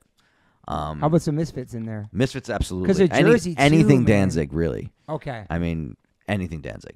Damn. That he was always the go-to. It was like Jordan, Danzig, and Tyson were like the people like Wow. that was like my icons as a kid. I love that, you man. know. I never knew you were a basketball guy. That's one thing Yeah. I learned today. It's awesome. It's man. funny. Yeah. I mean, but I gotta say, like, it's like really like '90s basketball is where my lore lays. Okay. Because that was like what I grew up on. You know. That was the time when like my dad would take me to see games. And I got to see Bird play. I got to see Magic play. I got to see Jordan play. Wow. Like, So Jordan play. Wow. Yeah. I got to see Shaq tear down a fucking basketball hoop in Jersey. It was crazy. So it was in the 80s. No, that was 90s. Okay, 90s. Yeah. Okay, wow. And he was on the Magic at that point. Yeah. Damn. Yeah, it was nuts. That's That incredible, was like man. his rookie year. Yeah. You still keep up in basketball? I don't as much. I watch football and basketball and soccer, but Premier League is like if I can watch a Liverpool game, I'm pretty excited. Yeah. Awesome. Yeah. All right, well, thanks again, bro. Pleasure, This man. is your life. Yo, people always ask me what kind of frames I'm rocking. I've been rocking Caddis for a couple years. They make amazing progressive readers, which I wear. Also, they make sunglass readers, anti-glare, anti-smudge coating, anti-scratch, and anti-aging. That's why I look mad young when I wear them. I'm just kidding. But they make amazing frames. Caddis, so stoked to have you guys part of the podcast. You can go to caddislife.com/Toby10 and get $10 off your first purchase. Stoked. Thank you, Caddis. Welcome to the fam. Yo, Liquid Death, thank you so much for hydrating all my guests, taking care of me and my family and my friends. Love your water, love your brand, love what you stand for, love what you give back to the community. If you want to learn more about Liquid Death and how it started, listen to episode 115 with the co-founder, owner, and creator of Liquid Death, Mike Cesario. Just a punk rock skateboarding kid from Delaware with a dream. It's an incredible story, incredible journey. They have now blessed me with my own code. So if you go liquiddeath.com/Toby, you get free shipping on any items you order from liquiddeath.com. Thank you so much, Liquid Death. Death to plastic, murder your thirst. Stay hydrated. You know H2O saves lives.